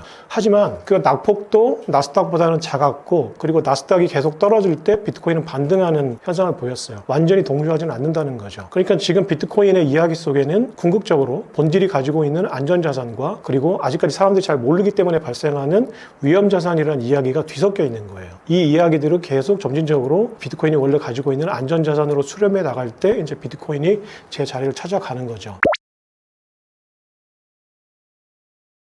네, 그 비트코인은 궁극적으로 기축통화가 될 수 있을 거라고 확신을 해요. 일단 비트코인은 기축통화가 될 수 있는 기본적인 자질을 갖추고 있어요. 필요 조건을 갖추고 있다는 얘기죠. 첫 번째는 지금 현재 그 달러가 기축통화들은 외부적인 충격보다는 내부적인 모순, 자체 모순에 의해서 대부분 붕괴를 했어요. 이것이 지난 한 500년 중세부터 근대, 현대까지 이르는 모든 기축통화들의 기본적인 숙명이었어요. 왜 그러냐면 기축통화라는 건 기본적으로 딜레마를 가지고 있어요. 그게 무슨 딜레마냐면 우리가 흔히 트리핀 딜레마라고 하는 거예요. 기축통화는 세계 모든 나라 사람들이 써야 되기 때문에 그러니까 막대한 유동성이 필요해요. 그리고 신뢰도가 필요합니다. 왜냐면 믿고 써야 되거든요. 하지만 유동성과 신뢰도는 이거는 양립할 수 없어요. 무슨 얘기냐면 화폐가 많아지면 신뢰도는 떨어지게 돼 있어요. 신뢰도가 올라가기 위해서 화폐량을 줄이면 이거는 공급이 부족하기 때문에 기축통화 위치에서 그 지위를 유지할 수가 없게 돼요. 하지만 모든 기축통화들 이거는 정부가 발행하고 금융세력이 발행하고 발행 주체가 있기 때문에 인간이 하는 거예요. 인간의 본성상 화폐는 많이 찍어낼 수밖에 없어요. 왜냐면 정치는 본질적으로 포퓰리즘이거든요. 그래서 화폐가 어느 정도 마지막 국면에 가면 신뢰도가 떨어지고 그 신뢰도가 떨어지기 때문에 그 화폐를 발행하는 주체는 현재는 달러기 때문에 미국 정부죠. 신뢰도가 떨어졌기 때문에 이 신뢰도를 만회하기 위해서 신뢰도가 떨어졌다는 얘기는 달러가 약세라는 얘기예요. 달러의 가치가 많이 떨어졌다는 얘기죠. 그러면 내 주머니에 있는 달러의 구매력이 떨어졌기 때문에 정부는 이 달러를 더 많이 발행해야 돼요. 그래서 사람들한테 당신의 지갑 속에 지금 달러가 많이 있어요라는 환상을 심어줘야 되거든요. 이것이 이제 포퓰리즘이고 그리고 달러 발행이 넘쳐나서 달러가 스스로 붕괴되는 과정이에요. 그러니까 기본적으로 정치는 유동성과 신뢰도 중에 유동성을 택할 수밖에 없어요. 그러면 신뢰도가 붕괴하죠. 그런 현상이 지금 실제로 발생하고 있잖아요. 국채 가격이 떨어지고 국채 수익률이 올라가니까 지금 트럼프도 관세 전쟁을 막 포문을 열고 막 공격을 하다가 국채 가격이 갑자기 급등하면서 지금 꼬리를 내린 상태예요. 그만큼 이 달러의 신뢰도는 무서운 거거든요. 그래서 일단 첫 번째는 달러가 가지고 있는 구조적인 모순 때문에 달러란 기축통화는 시간의 문제지 언젠가는 스스로 붕괴될 수밖에 없다는 거예요. 기축통화를 결정했던 누군가는 기축통화를 달러를 외과 수술을 통해서 회복시키거나 새로운 시스템을 선택해야 돼요. 하지만 그동안의 모든 기축통화의 변천 과정을 보면 스페인에서 네덜란드, 영국에서 미국으로 왔죠. 어떤 국가에서도 기축통화가 병들고 타락했을 때 이 기축통화를 선택했던 금융 세력이 이 화폐를 재생시켰던 적은 없어요. 갈아탔죠. 국적을 바꿨어요. 화폐를 바꾸고. 그러니까 언젠가는 매몰차게 버림받을 거라는 거예요. 왜냐면 금융 세력은 아까 얘기했지만 사람들이 흔히 생각하기를 기축통화가 스페인 페소에서 네덜란드로, 영국 파운드에서 미국 달러로 옮겨왔기 때문에 국적이 기축통화를 결정한다고 착각을 해요. 하지만 국적이 기축통화를 결정했던 게 아니라 이 기축통화를 결정했던 건 그 뒤에 있었던 막대한 금과 돈을 가지고 금융을 가지고 있었던 금융 세력이었어요. 그 금융 세력들이 기축통화가 타락하면 갈아타기를 한 거예요. 페소에서 파운드로, 파운드에서 달러로 갈아타기를 했죠. 지금 파운드가 타락하고 병들었을 때 그러면 이 금융 세력이 그러면 지금 현재 월가를 얘기하겠죠. 그럼 월가가 달러를 재생시켜서 사용할 거냐 아니면 다른 화폐로 갈아탈 거냐라고 하는데 여기서 이제 판단을 하셔야 돼요. 그러면 그동안의 역사를 봤을 때는 금융 세력은 애국심이 없어요. 왜냐하면 국적이 없으니까요. 그러면 달러를 언제든지 버릴 수 있어요. 다른 화폐가 더 이득이라고 생각하면 매몰차게 버릴 거예요. 근데 지금은 그러면 달러 다음에 화폐가 뭐냐? 라고 했을 때 여기서 중요한 개념이 있어요. 그럼 그동안에 기축통화는 법정화폐들 간의 이동이었어요. 물론 이제 법정화폐는 저희가 브레튼 우즈 체제 이후의 화폐, 근본이제 폐지된 이후의 화폐를 말하기 때문에 그 전에는 이제 파운드 같은 거 근본이제 화폐였죠. 그러니까 근본이제 화폐든 법정화폐든 약간의 차이는 있었지만 어쨌거나 금의 양보다는 항상 정부는 많이 발행했어요. 말씀드렸듯이 기축통화는 금융 세력의 선택이었고 금융 세력은 이익을 쫓아서 화폐를 갈아타죠. 그동안은 기축통화 간의 국적 이동이었죠. 앞으로는 양상이 좀 달라질 수 있어요. 근본이제가 폐지됐던 닉슨 쇼크 이후에 미국의 달러는 법정화폐였죠. 아무런 그런 자산이 없었어요. 그냥 미국의 정부의 신용을 믿고, 여기서 신용이라고 하는 거는 미국의 GDP와 군사력을 얘기해요. 미국의 신용을 믿고 사람들이 그 달러를 써줬던 거예요. 근데 여기서 달러의 어떤 수요를 뒷받침해줬던 게 바로 석유였어요. 금과 태환을 이제 금지하니까 그럼 사람들이 이제 달러를 미국 정부에 가져가면 금을 주지 않는데 근데 뭘 믿고 달러를 써야지? 라고 했을 때 여기서 이제 법정화폐이기 때문에 사람들은 미국 정부의 신용이라고 생각했죠. 당연히 이제 미국 정부의 GDP와 군사력이 신용을 뒷받침해줬던 건 사실이에요. 하지만 헨리 키신저 국무장관, 그 닉슨 정부 때 국무장관이 기발한 생각을 하나 했어요. 자, 앞으로 달러는 가져오면 금으로 바꿔주는 게 아니라 석유로 바꿔줄 거야 라는 선언을 했던 거예요. 이게 1974년에 닉슨 정부와 헨리 키신저가 중간에 나서서 파이설 국왕을 만나서 했던 페트로 달러 계약이에요. 1974년부터 작년까지 50년 동안 사우디아라비아는 미국이 군사력으로 호르무즈해협에서 안보를 지켜주는 대신 이란과 이스라엘로부터 안보를 지켜주는 대신 사우디아라비아는 석유를 달러만 받고 팔도록 계약을 했던 거예요. 여기서 중요한 거는 석유를 달러로 살 수 있다는 얘기가 아니라 석유를 달러로만 살 수 있었다는 얘기예요. 그러니까 사람들이 착각할 때 이후에 유로화나 엔화나 마르크화나 원화를 가져가면 석유를 살 수 있다고 생각했을 거예요. 하지만 국제기업에 쓰는 화폐가 달러이기 때문에 달러로 석유를 살 수 있다고 이렇게 일반적으로 생각했던 거죠. 하지만 100유로를 가져가고 1억 유로를 가져가고 금단지를 가져가도 사우디아라비아에서 오펙에서는 석유를 단 한 방울도 살 수 없어요. 석유로만 살 수 있었던 거예요. 그러니까 전 세계가 하루에 1억 배럴의 석유를 쓰기 때문에 국제유가 60달러에서 80달러 정도를 1억 배럴에 곱하면 그만큼의 석유를 살려고 하는 수입국들은 달러로 환전을 해야 돼요. 이게 석유 수요를 창출했던 달러 패권의 근본이거든요. 자, 그러면 여기서 에너지라는 석유, 모든 나라 사람들이 써야 되는 석유 자원을 달러로만 패킹했을 때, 연결했을 때 달러의 힘이 생겼던 거죠. 그래서 어떤 필수 에너지를 어떤 화폐로만 살 수 있는 배타적인 계약 관계는 기축통화를 만드는 기본적인 프레임이에요. 그러면 앞으로의 기축통화는 이 구도로 보면 어떻게 진행이 될지를 가까운 미래는 아니기 때문에 정확히 예측할 수는 없지만 큰 흐름 속에서 한번 추론을 해볼 수는 있을 것 같아요. 그러면 지금의 경제 구조, 탈탄소 경제 흐름을 봤을 때 앞으로 석유가 끌어들이는 달러가 기축통화 역할을 지속할 수는 없어요. 왜냐하면 석탄을 계속 안 쓰는 경제로 세계 경제가 바뀔 거거든요. 그러면 어떤 원자재가 전 세계 사람들이 꼭 써야 되는 그리고 패권의 원자재가 될까를 생각해 보면 전기라고 생각해요, 저는. 왜냐하면 일단 물론 전기도 석유로만 만들고 석탄으로 만들고 태양광으로 만들어요. 원자력으로 만들고. 이런 이제 간접적인 어떤 원자재들이 물론 있죠. 하지만 우리가 일상생활에 쓰는 필수 원자재는 앞으로 석유나 이런 화석연료가 아니라 전기가 될 거예요. 그러면 탈탄소 경제를 위해서는 석유나 석탄이 전기를 만드는 것이 아니고, 지금 이제 신재생 에너지라든지, 신재생 에너지도 사실 여러 가지 부작용이 나오고 있으니까 결국은 원자력으로 갈 거라고 생각해요. 그리고 태양광이라고 하면은 지구에서 태양광 발전을 하는 게 아니라 먼 미래에는 다른 어떤 곳에서 24시간 태양광 발전을 해서 마이크로파로 실제로 전기가 필요한 곳에서 쏴주는 이런 것도 한번 SF 소설 같지만 실제로 현실에서 지금 그런 기술들이 개발되고 있어요.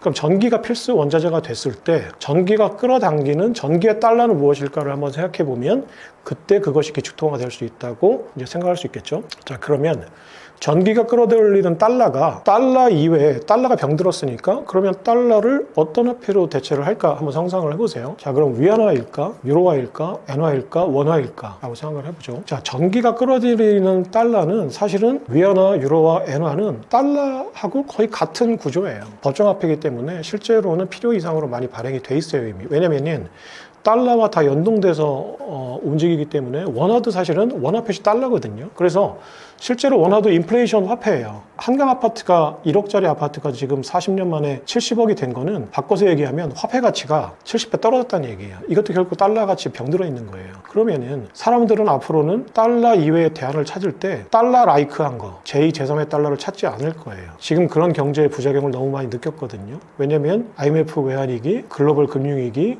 그리고 팬데믹 이후에 인플레이션 위기는 전부 다 법정화폐 달러의 발행이 남발돼서 생겼던 금융위기였어요. 이걸 이제 사람들이 공부를 통해서 경험을 통해서 반복적인 경험을 통해서 알게 됐죠. 그래서 앞으로 기축통화를 사람들이 선택을 할 때에는 달러 라이크한 화폐는 선택하지 않을 거예요. 그럼 어떤 화폐를 그런 기축통화를 선택할까? 전기가 끌어당기는 달러는 과연 무엇일까? 라고 했을 때 여기서 주도적인 역할을 할 게 빅테크예요. 왜냐하면 그동안의 기축통화를 결정했던 세력은 금융 세력이었어요. 금융 세력이 파운드화에서 달러화로 바꿨던 것 뿐이거든요. 근데 이제 전기를 가지고 끌어들이는 화폐를 결정할 때에는 전기를 많이 쓰는 기업들이 그 결제 화폐로서 선택을 할 수밖에 없어요. 그러면 앞으로 전기를 엄청나게 많이 소비하는 기업은, 왜냐면 AI, 휴머노이드, 전기차가 엄청난 전기를 소비해요. 그럼 예를 들어서 마이크로소프트, 오픈 AI, 그리고 테슬라가 어마어마한 전기, 뭐 하루에 예를 들어서 수십억 달러, 뭐 조 달러 정도의, 뭐 연간 수조 달러 정도의 전기를 쓴다고 생각을 한번 해보세요. 그럼 이거를 어떤 화폐로 결제를 해야 돼요. 그러면 모든 기업은 생존을 위해서 원가 절감이라는 피나는 노력을 해야 되거든요. 그러면 이 원가 절감에는 생산 원가도 들어가지만 결제, 송금 원가도 들어가요. 결제 단계에서의. 근데 1년에 수조 달러를 내가 전기세를 하는데 가치가 계속 변동하는, 가치가 계속 떨어지는 달러로 전기세를 내기 위해서 내가 달러를 보유하고 있다. 근데 이 달러는 시간이 갈수록 계속 가치가 떨어지는 화폐다. 그러면 그 달러를 보유하고 있을까요? 보유하지 않을 거예요. 그러면 내가 막강한 전기세를 지불하기 위해서 가치가 유지되는, 가치가 실제로 저장되는 화폐를 쓸 거예요. 이거는 암호화폐죠. 발행량이 한정되어 있는 비트코인이죠. 그리고 또 하나는 송금 결제 단계에서 생산 원가를 획기적으로 낮추려면 네트워크 화폐여야 돼요. 내가 환전을 하고 송금을 하고 결제하는 순간 시간과 비용이 많이 들어가요, 달러는. 하지만 비트코인이라는 블록체인 네트워크 화폐는 네트워크 그 자체이기 때문에 그냥 내가 실시간으로 필요한 순간 결제가 되고 저장이 되고 송금이 되죠. 여기서 획기적으로 단가를 낮출 수가 있는 거예요. 그러면 블록체인이라는 네트워크를 잘 알고 그 네트워크에서 가동되는 화폐가 암호화폐다. 그리고 전기를 엄청나게 소비하고 비트코인이나 암호화폐는 이 전기 가치와 연동되는 사실은 전기 저장 장치다 라고 생각하면 빅테크는 필연적으로 전기의 달러인 비트코인 암호화폐를 선택할 수밖에 없어요. 그러면 일단은 과거에는 금융 세력들이 자신들이 발행하는 달러로서 기축통화를 선택했다면 앞으로는 빅테크들이 자신들이 보유하는 달러로서 비트코인을 선택할 거예요. 이렇게 새로운 기축통화가 패권의 자리를 갈아치기를 할 거거든요. 그렇기 때문에 앞으로는 AI, 휴머노이드, 전기차, 전기의 시대, 전기의 달러가 무엇이냐? 그 전기의 달러는 네트워크 화폐인 비트코인, 클립소다. 이렇게 새로운 화폐 패권의 이동이 전개가 될 거라고 생각합니다. 자, 앞으로 이 과정을 잘 보시고 빅테크들이 어떤 말을 하고 어떤 결정을 하는지, 그리고 어떤 제품들을 생산하는지를 한번 눈여겨보시면 재미있을 것 같아요. 비트코인이 기축통화되는 시대를 달러라이제이션에 빗대서 얘기하면 사토시제이션이라고 해요. 그 1비트코인은 1억 사토시거든요. 그래서 2100만 개 곱하기 1억 개의 사토시가 이제 통화량으로 비트코인이 생기는 거예요. 그래서 달러라이제이션의 어떤 기축통화 시대를 비트코인이 대체하면 사토시제이션이라고 합니다.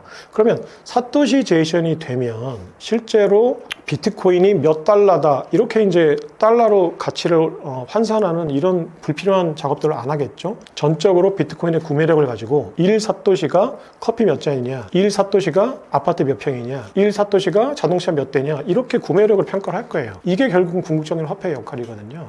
이렇게 되면 간단히 얘기해서 달러 시대는 끝났겠죠. 그러면 지금 파운드화 시대가 끝나고 달러라이제이션이 됐을 때 파운드화라는 형태는 존재하지만 사실은 그 옛날에 기통화 패권을 누렸던 그런 화폐는 아니겠죠. 유통은 되지만 지금 전 세계에서 교역과 가치 저장에 쓰이는 달러의 비중이 60%인데 그럼 옛날엔 이 자리를 파운드가 했었는데 당연히 그러면 존재는 하지만 그 역할은 미약할 거예요. 근데 여기서 또 한 가지 눈여겨볼 게 여러분들이 비트코인에 지금 투자하는 목적이 뭔지를 한번 생각해 보시면 비트코인이 얼마나 달러에 의존하고 있는지를 알 수 있어요. 무슨 얘기냐면 여러분들은 지금 비트코인이 우리가 그동안 겪었던 인플레이션 화폐, 그러니까 화폐의 가치가 녹아내리는 이 화폐의 어떤 모순을 시정하기 위해서 비트코인이 생겨난 화폐인데 여러분은 그거에는 관심이 없을 거예요. 이런 화폐 철학에는 관심이 없을 거고 단지 내가 1억에 샀는데 1년 뒤에 3억이 되고 10억이 되고 10년 뒤에 20억이 되고 100억이 되는 여기에 관심이 있겠죠. 이게 무슨 얘기냐면 결국은 아직까지는 비트코인을 내가 달러를 기준으로 환산하고 있다는 거예요. 그러니까 비트코인이 달러의 명목 가치가 올라가지 않으면 비트코인은 의미가 없는 거죠. 아직까지는. 왜냐면 비트코인 자체의 구매력을 여러분 아직까지는 평가하지 않아요. 그냥 달러로 바꿨을 때 몇 달러냐를 계산하죠. 이걸 제가 표현하기를 비트코인은 달러 의존적인 반달러예요. 무슨 얘기냐면 반달러가 핵심이에요.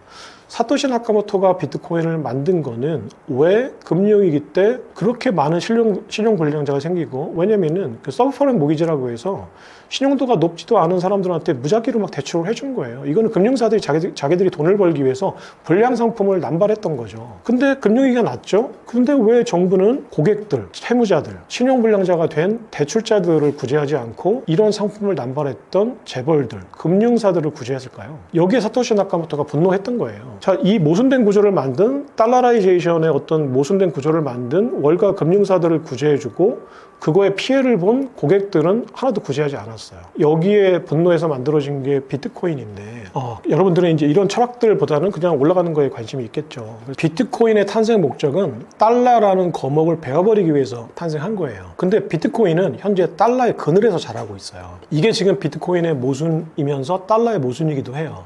자, 달러는 지금 트럼프의 눈에는 비트코인이 달러의 패권을 지켜주는 수단이죠. 스테이블 코인이 비트코인의 어떤 수요를 지금 생성하고 있어요. 그래서 달러의 목을 베겠다고 나온 화폐가 비트코인인데 지금 미국 정부 패권을 가진 트럼프는 이 칼날을 들이댄 비트코인을 달러를 살리는 수단으로 쓰고 있어요. 그리고 비트코인은 달러 죽이겠다고 자기가 나왔는데 달러에 의존하지 않으면 비트코인 성장 자체가 불가능해요. 그러니까 모든 혁명은 사실은 기득권들과 상호작용을 하는 거예요. 완벽하게 내가 기득권을 몰아내고 또는 기득권이 완벽하게 혁명 세력을 몰아내고 이런 혁명은 없었어요. 혁명하는 과정에서 혁명 세력과 기득권 세력은 모종의 거래를 합니다. 근데 비트코인도 마찬가지예요. 비트코인은 지금 달러를 몰아내는 혁명의 화폐인데 이 혁명의 화폐가 지금 달러와 모종의 거래를 하고 있는 거예요. 나는 달러가 없으면 성장하기 수가 없으니까 달러의 그늘 아래서 성장을 할게. 달러는 나는 네가 있어야 지금 현재 무너져가는 이 패권을 지킬 수 있으니까 나는 너를 무기로 패권을 지킬게 라고 하는 거죠. 전략적 공생관계인 거죠. 하지만 그들이 가지고 있는 속성은 완벽히 지금 서로 칼날을 겨누고 있는 거예요. 그래서 이 속성들이 언젠가는 발현이 될 거예요. 언젠가는 그래, 내가 지금 사자를 몰아내기 위해서 호랑이를 내 방에 들여놨지만 사실은 너는 호랑이야. 나는 너를 몰아낼 거야 라는 생각을 언젠간 달러는 할 수밖에 없고 내가 호랑이 입장에서는 내가 이 방에 들어온 이상 너를 일단은 나도 새끼 호랑이였을 때는 네가 주는 밥을 먹고 살았기 때문에 나도 너한테 의존하지만 내가 이제 이만큼 컸으니까 나는 이제 너를 몰아낼 거야 라고 생각을 할 거야. 언젠가는 극단적으로 부딪힐 거예요. 그때가 되면 이제 사토시제이션이냐 달러라이제이션이냐 가지고 극단적인 어떤 부딪힘, 불꽃이 튄 부딪힘들이 있을 거라고 생각해요. 자, 지금 실물 금이 있고 우리가 얘기하는 AU라는 어떤 분자구조, 그 원소 기호를 가진 금이 있고 코드로 된 디지털 금이 있어요. 어떤 게 진짜 금일까요? 생각을 한번 해보세요. 자, 실물 금이 있고 코드로 된 금이 있습니다. 디지털 금이 있습니다. 어떤 게 더 완벽한 금이고 어떤 게 진짜 금일까요? 그러니까 사람들은 누런, 황금을 실물 금이라고 생각하고 비트코인은 그냥 디지털 코드라고 생각을 할 거예요. 하지만 사람들이 금을 소비하는 그 목적을 보면 비트코인이 훨씬 완벽한 금이에요. 이 금보다는. 왜냐하면 사람들이 금을 쓰는 목적은 일단 가치가 변하지 않기 때문이죠. 그리고 쇠처럼 녹슬지 않아요. 가치를 저장하기가 쉬워요. 그리고 채굴이 굉장히 어려워서 실제로 1년 동안에 비트코인을 신규 채굴하는 양이 기존에 있었던 재고량의 2% 이상을 채굴하지 못해요. 이게 굉장히 재밌는 부분이에요. 자, 금은 현재 20만 톤이 전 세계에 있다고 생각해 보세요. 20만 톤인가 2만 톤인가? 자, 정확한 숫자는 기억이 안 나는데 20만 톤이 있다고 생각해 보세요. 그럼 그거의 2%인 4,000톤, 2%니까 4,000톤 정도만 생산할 수 있어요.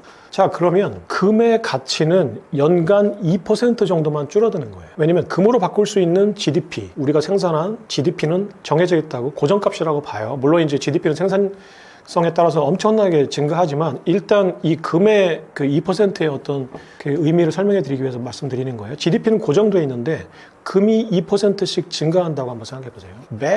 매년 금은 2%씩 가치가 줄어들 거예요. 근데 현실에서는 GDP가 훨씬 더 많이 늘어나기 때문에 이 금이 금으로 바꿀 수 있는 상품이 훨씬 더 많아요. 그러니까 금의 가치는 매년 올라가죠. 자, 금의 증가량보다 실물 GDP의 증가량이 더 크고 GDP의 증가량보다 달러 화폐 증가량이 훨씬 더 크기 때문에 금의 가치가 계속 올라가는 거예요. 이게 무슨 얘기냐면 증가량이 적을수록, 바꿔 말해서 희소성이 클수록 그 상품의 가치는 계속 올라가는 거예요. 자, 근데 그럼에도 불구하고 금의 생산량도 매년 2%씩 증가합니다. 1%에서 2%씩. 매년 1%에서 2%씩 금의 실질 가치는, 금만의 가치는 줄어드는 거죠. 자, 그래서 왜 미국이 연준이 물가 상승률 목표치를 2%에 맞춰놨을까? 자, 여기에 대해서 한번 궁금증을 가져본 적이 있나요? 물가는 왜 매년 2%씩 올라야 되는 걸까? 물가가 안 오르면 안 되는 걸까? 일단 첫 번째, 물가가 안 오르면 안 되는 걸까? 라는 상상도 해볼 수 있죠. 물가가 왜 오를까? 왜 내가 10년 전에 짬뽕 한 그릇을 5,000원에 사 먹었는데 지금 중국집에 가면 짬뽕 한 그릇이 10,000원이거든요? 국물이 늘어난 것도 아니고 양파가 늘어난 것도 아니고 그릇이 커진 것도 아니고 그릇이 비싸진 것도 아니에요. 오히려 작아진 것 같고 양파는 더 신선하지 않은 것 같고 오징어는 줄어든 것 같아요. 근데 값은 늘어나죠. 왜 이럴까요? 그러니까 우리는 지난 50년간 이런 경제에 살았기 때문에 물가가 매년 상승하는 게 당연하다고 느껴져요. 최근에 너무 많이 올랐으니까 좀 짜증이 나죠. 그래도 이게 그냥 그런가 보다 해요. 50년 그 이전의 시대만 해도 물가가 짬뽕값이 올라간다는 거는 있을 수 없는 일이었어요. 아버지가 1,000만 원 가지고 아파트를 사면 30년 뒤에도 그 아파트 가격이 1,000만 원이었거든요. 그 1950년대부터 1970, 80년대까지는 그랬어요. 물론 그 사이 그 화폐가 남발된 적도 있었고 해서 인플레이션이 전혀 없었던 건 아니지만 지금처럼 인플레이션은 개념이 크진 않았죠. 자, 인플레이션이 계속 발생하는 경제 구조는 간단히 얘기해서 누군가가 달러를 계속 찍어서 경제라는 방안에 뿌리기 때문이에요. 근데 짬뽕은 더 이상 생산되지 않는데 달러 그 중국집에 들어오는 돈만 많아지니까 짬뽕 값이 계속 올라가죠.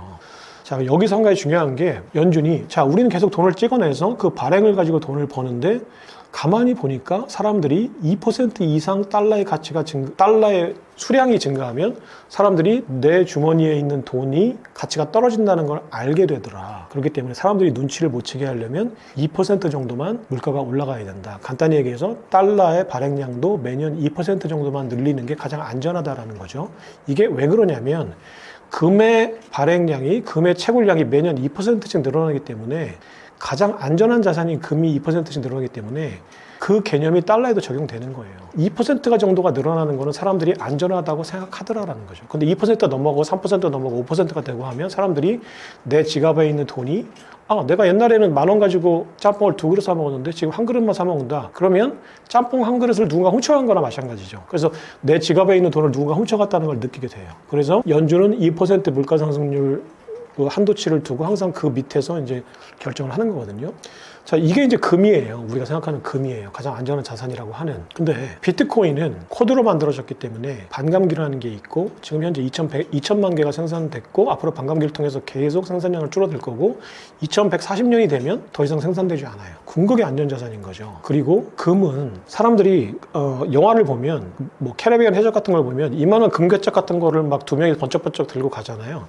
금은 비중이 엄청나게 높아서 그 같은 부피의 쇠보다 수십 배가 무거워요. 그래서 이만한 금괴짝을 두 사람이 든다고 하면 그건 슈퍼맨이에요. 전 세계에 있는 금을 지금 다 합하면은 12m짜리 컨테이너 박스에 155개 정도가 나옵니다. 그러니까 전 세계가 155박스의 금을 가지고 하루에 수십만 개의 컨테이너 박스를 거래를 하고 있는 거예요. 자, 이걸 보시면 지금 2100만 개의 비트코인이 유통량이 적어서 기초화가 될 수 없다는 말을 할 수 없어요. 고작 155개의 컨테이너 박스의 금을 가지고 전 세계가 수십만 개의 컨테이너 거래를 매일 합니다. 자, 두 번째는 녹슬지 않는다는 거죠. 비트코인 녹슬지 않거든요. 녹슬 수가 없죠. 자, 그러니까 그냥 직관적으로 금과 디지털 금의 차이는 물리적인 형체가 있느냐 없느냐의 차이인데 가장 완벽한 형태를 가지고 있는 것은 비트코인이에요. 그러니까 당연히 사람들은 이 비트코인이 이런 구조를 가지고 있다는 것을 인식하게 되면 그러면 사실은 물리적인 형태는 사람들의 인식을 조금 더 편하게 도와주는 것 뿐이에요. 직관적으로 물리적 형태가 있고 내 오감을 통해서 받아들일 수 있으니까 쉽게 들어오죠.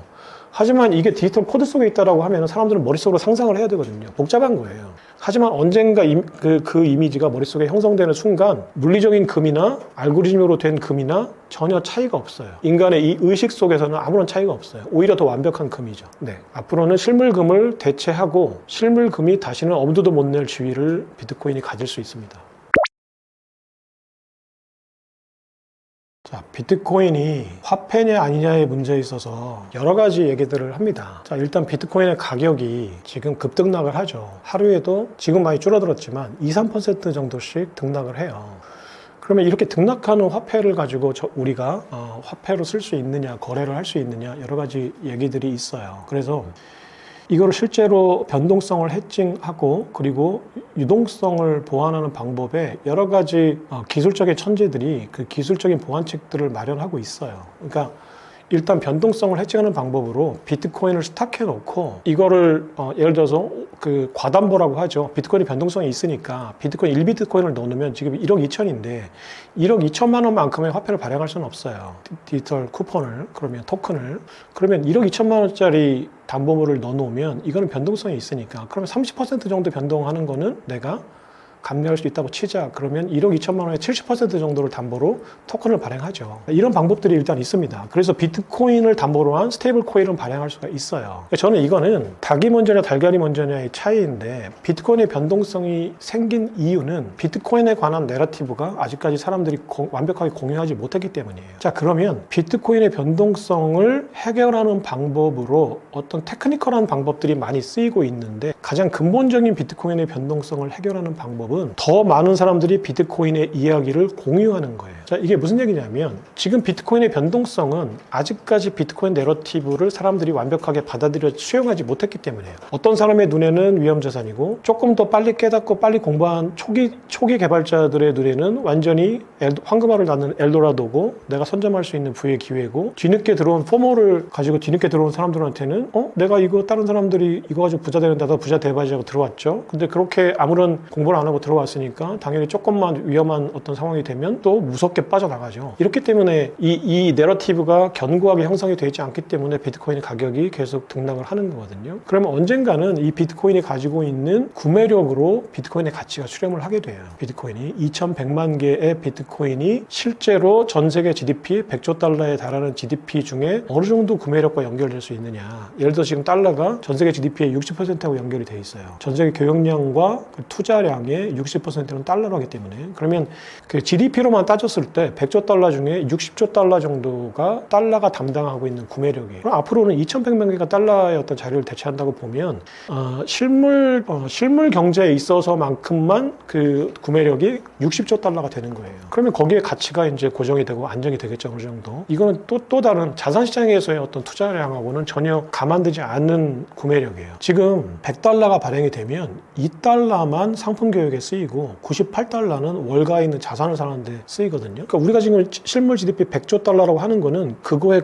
한 40배 정도는 자산시장에 투자가 돼요. 달러가. 그러니까 이거는 이제 달러 실제 발행량이 아니라 달러는 여러 번 결제에 쓰이기 때문에 이걸 이제 저기라고 하죠. 그 달러 유통 속도라고 하죠. 달러가 5번 결제에 쓰이면 1달러가 5달러가 되는 거예요.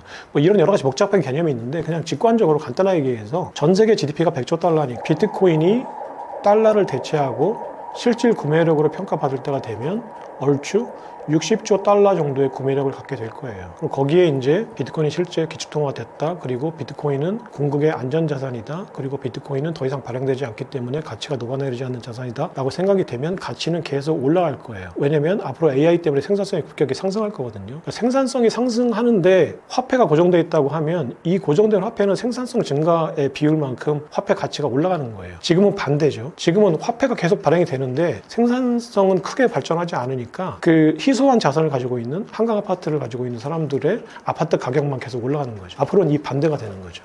그래서 저는 비트코인의 변동성을 해칭할 수 있는 가장 좋은 방법은 비트코인의 철학에 공감하고 비트코인이 가져올 미래가 반겨지는 사람, 이 사람들은 누구냐면 내가 지금 자산을 가지고 이 자산의 인플레이션 때문에 부자가 되는 월가의 자산가들, 그리고 강남 아파트를 가지고 있는 소수의 부자들을 빼면 나머지는 전부 비트코인을 이해하게 되면 비트코인을 반기게 될 거예요. 왜냐하면 지금 현재 달러라이제이션의 구조는 지금 부자가 아닌 사람은 시간이 갈수록 훨씬 더 가난해질 수밖에 없는 구조예요. 이거는 여러분의 능력이 부족해서 그런 게 아니고 화폐 시스템 경제 구조가 여러분의 생활을 지배하는, 여러분이 컨트롤할 수 없는 거죠. 여러분이 생활하고 있는 경제 시스템이 그렇게 돼 있어요. 그래서 자신도 모르게 지속적으로 가난해지는 상황에 처해 있는 거예요. 그래서 간단하게 얘기하면 내가 지금 부자가 아니다라고 생각되시는 분들은 앞으로 계속 가난해질 겁니다. 그리고 굉장히 안타까운 현실은 지금의 화폐 시스템이 지속되면 우리의 자식들은 우리보다 훨씬 더 가난해질 거예요. 이렇게 생각하면 비트코인에 공감하고 비트코인의 내러티브를 공부하고 이거를 확산시키고 싶다는 욕망이 생길 거예요. 그리고 실제로 비트코인의 이야기가 많은 사람들이 이해하고 확산됐을 때 이제는 비트코인의 본질과 비트코인에 관련된 주변에서 벌어지고 있는 현상들이 수렴할 때, 일치할 때 비트코인의 변동성이 줄어들 거예요. 지금은 비트코인이 가지고 있는 본질과 그걸 바라보는, 이해하지 못한 사람들이 발생시키는 현상이 거리가 많이 떨어져 있으니까 이 거리만큼 비트코인의 가치가 변동성이 생기는 거죠. 그래서 실제 비트코인이 설계된 그 본질과 사람들이 비트코인을 얘기하는 이 이야기가 일치되면 비트코인의 변동성은 제로가 될 거예요. 그래서 비트코인의 변동성을 없애는 방법은 빨리 비트코인을 공부하고 이해하고 그 이야기를 확산시키는 겁니다. 역사상 유례없는 정전 사태가 났어요. 4월 28일 날 스페인에서 갑자기 정전 사태가 나서 600만 가구의 불이 꺼지고 병원, 학교, 모든 관공서, 모든 인프라 시스템, 지하철, 공항 다 불이 꺼졌죠. 600만 가구였고 피해액도 뭐 추산이죠. 뭐 100억 달러 정도의 피해가 됐고 24시간대 거의 절반 정도는 복구가 됐고 아직까지도 피해가 완전히 복구되지는 않았어요.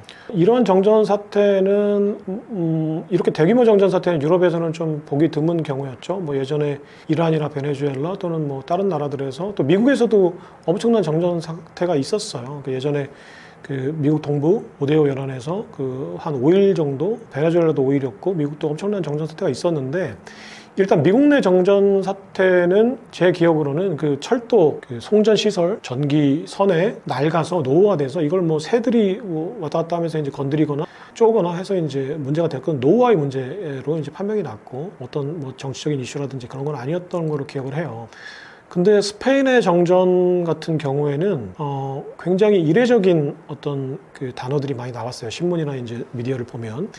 일단 무슨 얘기냐면 기후온난화, 기상이변 이런 것들이 일단 동원이 돼요. 그러니까 이번 정전의 원인이 결국은 그리드, 전기 시스템이겠죠. 전체 송전, 배전 또는 생산 시스템이 전체를 다 그리드라고 하는데, 전력 공급망을 그리드라고 하는데, 이 그리드는 저도 사실은 기술적인 건 잘 모르겠지만 어쨌거나 주파수가 굉장히 중요하다고 해요. 수요 공급 일치와 주파수가 굉장히 중요하고, 그래서 이제 50Hz인가 이 주파수가 일정 수준에서 유지가 돼야 된다고 하는데, 기술적인 걸 잘 모르니까 만약에 틀린다고 하면 이제 이런 건 정확한 건 시청자분께 찾아보시고요. 일단 주파수가 굉장히 중요하다라는 거죠. 근데 이 주파수를 외부에 있는 환경이 굉장히 취약하다라는 거예요. 그리고 태양광 발전, 그러니까 신재생 에너지 발전이 지금 스페인 같은 경우에는 60%가 넘어요. 정확히 한 62.8%인가 그렇게 됩니다. 그러니까 태양광 또 조력, 풍력 등으로 생산해내는 것, 대부분은 신재생 에너지 60% 중에 대부분은 차지하는 게 태양광이에요.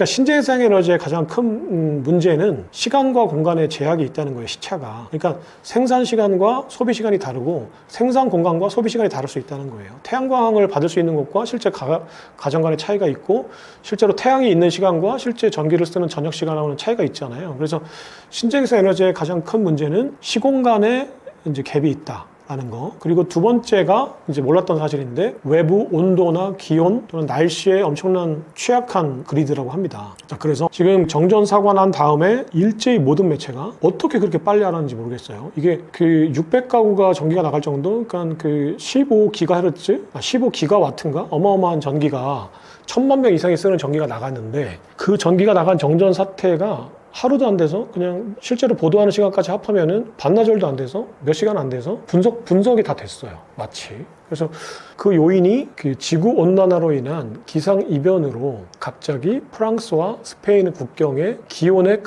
급격한 변동이 발생했고 이 기온의 급격한 변동이 그리드의 주파수를 이제 변동시키고 그래서 그리드의 급격한 주파수 변동에 충격을 막기 위해서 그리드가 그 전력망이 스스로 자동으로 전력망을 셧다운 시켰다. 그래서 정전 사태가 났다. 그리고 원인은 아직은 완벽히 규명되지 않았고 이제 찾고 있는 단계지만 기온 이상에 의한 국경 지역의 급격한 기상 이변으로 인한 주파수의 이제 교란이었다라는 게 대체적인 보도였고 이제 전력 회사와 스페인 당국의 얘기였습니다. 그리고 이제 모든 보도가 그렇듯이 이제 그 사이버 테러의 가능성도 배제하지 않는다 정도로 마무리를 했어요. 그래서 그런데 일단 한 가지 여기서 궁금한 점이 생기는 거는 이러한 전력 정전 사태가 유럽에서는 거의 지금 현대 역사에서 처음 있는 일이다. 그리고 지금 현재 그 신재생 에너지의 발전량이 60%가 되는 나라도 유럽밖에 없겠죠. 그래도 처음 있는 일이다. 세 번째,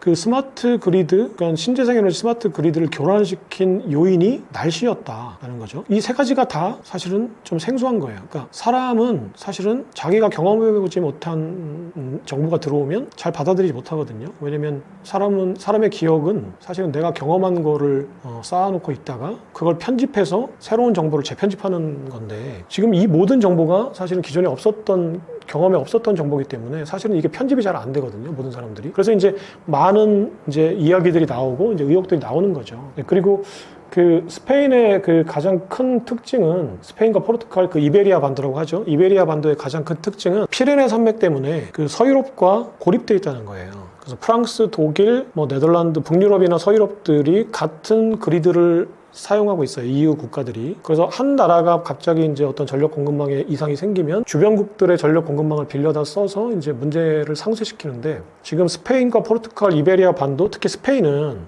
이게 스페인 그러니까 그 피레네 산맥으로 고립돼 있어서 정전 사태가 나면 다른 나라로 그 피해가 전이되지 않아요. 그래서 이번 피해도 포르투갈 일부 그리고 그 국경 지역에 있는 프랑스 일부였지 다른 나라는 사실 피해가 극미했어요. 그러니까 스페인만 이제 엄청난 피해를 입은 거죠. 그러니까 이게 하나의 특징적인 팩트예요. 왜 스페인만 전력망이 독립돼 있었고 반대로 얘기하면 고립돼 있었고 왜 스페인만 그 주파수 그 프랑스하고 국경 지역에서 기상 이변이 있었는데 왜 프랑스는 정전 사태가 그 전력망 그리드에 문제가 없었는데 왜 스페인만 문제가 있었던 것일까라는 거죠. 국경 지역에서 났으면 프랑스도 문제가 있어야겠죠. 물론 문제를 빨리 해결한다고 하더라도 프랑스도 신재생 에너지 가지고 발전을 많이 하는 나라니까 똑같은 문제가 발생했었어야죠. 근데 스페인만 났단 말이죠. 이런 것들이 지금 이제 스페인 정전 사태에 이제 보도된 팩트들입니다.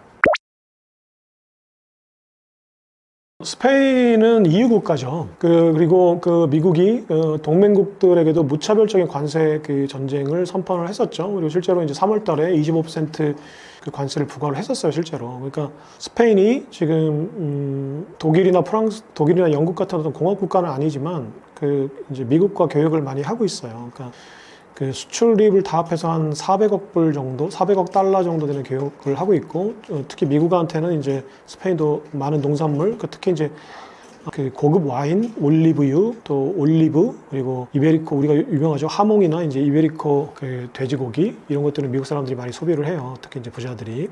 그래서 스페인은 사실 농산물로 수출을 해서 이제 먹고 사는 농업 국가라고 할 수 있어요. 물론 서비스업도 발전이 돼 있지만 관광업이나. 자, 그래서 미국으로 이제 관세 부과를 하니까 스페인도 180억 달러 정도의 이제 타격을 입었다고 해요. 그래서 스페인 그 총리도 이제 100억 달러 정도의 이제 구제금융, 이제 긴급 자금을 수여를 했고, 자, 이런 나라였고요. 그러니까 미국한테 이제 그 트럼프의 관세 전쟁으로 타격을 입었죠. 그리고서 이제 긴급 자금을 수여할 정도로 이제 그 긴박한 상황이었고요. 그러니까 특히나 이제 스페인은 또 이 관세 전쟁을 타개하는 방법으로 미국이 가장 싫어하는 그 노선을 취했어요. 그러니까 스페인의 총리는 좌파 정권인데, 이 좌파 정권이 미국의 관세 전쟁에서 그 동맹국들이 흔히 보여줬던 그런 입장을 보여준 게 아니라 그 정치적인 올바름주의, PC라고 해서 입 바른 소리를 많이 한 거예요. 미국의 관세 전쟁은 올바르지 않아. 그건 이제 미국의 패권을 지키기 위한 이기적인 어떤 정치적인 행위야라고 이제 판단을 하고 시진핑과 어떤 협력 관계 구축에 발빠르게 나섰어요. 그래서 4월 28일 그 정전 사태 그 직전에도 총리가 시진핑을 만나서 이베리코산 돼지 수입을 늘려달라. 그리고 그렇게 되면 우리가 샤오미 청소기 수입을 늘릴게. 뭐 이런 식으로 이제 협력관계 구축을 많이 했어요. 그러니까 희소 자원도 있고 히토류 같은 어떤 그 민감한 수출입에 대한 어떤 전략적인 제휴관계도 이제 많이 논의를 했었고, 특히 이제 스페인이 많이 팔려고 하는 거는 중국 사람들이 돼지고기를 좋아해요. 뭐 이건 전 세계가 다 아는 거잖아요. 그 동파육 같은 거, 그 중국 사람들이 많이 먹죠. 특히나 이제 중국 부자들이 최근에 신흥 부자들이 그 이베리코 돼지를 상당히 좋아한다고 해요. 이게 이제 올리브를 먹여서 육질도 괜찮고 맛도 괜찮고 향이나 풍미도 괜찮은 고기라고 합니다. 저도 이베리코 돼지를 뭐 먹어본 적이 기억에는 없는데, 그래서 중국 부자들 이베리코 돼지고기를 굉장히 좋아하고, 특히나 지금 최근에 그 중국의 그 돼지 무슨 전염병 무슨 문제 때문에 중국산 돼지고기 소비가 불가능하다고 해요. 그러니까 뭐 전체적으로 소비는 안 되는 건 아니겠지만 어쨌거나 중국산 돼지고기를 소비할 수 없는 상황에서 스페인산, 특히나 이제 그 전 세계에서 유명한 하몽, 이베리코산 돼지 그 중국의 수입량이 급격하게 늘고 있을 때였어요. 그러니까 상징적인 거죠. 사실은 스페인은 중국한테 공산품을 많이 수입을 해서 무역 적자국이에요. 대중국 그 무역에 있어서는. 그런데도 어쨌거나 폭탄이 미국으로부터 날라오니까 그 폭탄을 막 상대하기 위한 공동 그 전선을 형성하는 입장에서 동맹국인 미국을 등지고 날아가서 이제 트럼프가 좀 싫어할 만한 노선이나 행동, 그리고 어떤 발자취를 많이 남겼죠. 그래서 그 시진핑이 또 그 와중에 또 동남아 국가들, 베트남, 캄보디아 뭐 이런 나라들을 찾아다니면서 이제 미국과 그 관세 전쟁을 할 수 있는 공동 전선을 구축하자, 뭐 이런 움직임을 막 활발하게 벌이고 있을 때였고, 영국도 여기에 가세를 할까 말까 막 고민하고 있었던 이런 상황이었어요. 그러니까 트럼프의 입장에서는 그 EU라는 동맹국, 이게 이제 나토라는 미국 주도의 그 러시아와 중국을 견제하기 위한, 러시아의 서진을 견제하기 위한 군사 동맹이 나토로 엮여 있는 게 EU거든요. 그러니까 EU의 동맹은 사실은 미국의 패권의 필수적인 거예요. 그러니까 경제적인 협력 관계지만 사실은 러시아나 중국을 상대하는 군사적인 실제 그 무력이나 물리적인 패권의 입장에서 EU는 이제 뗄래야 뗄 수가 없는 관계인데, 그 EU들의 입장은 상당히 미국하고 좀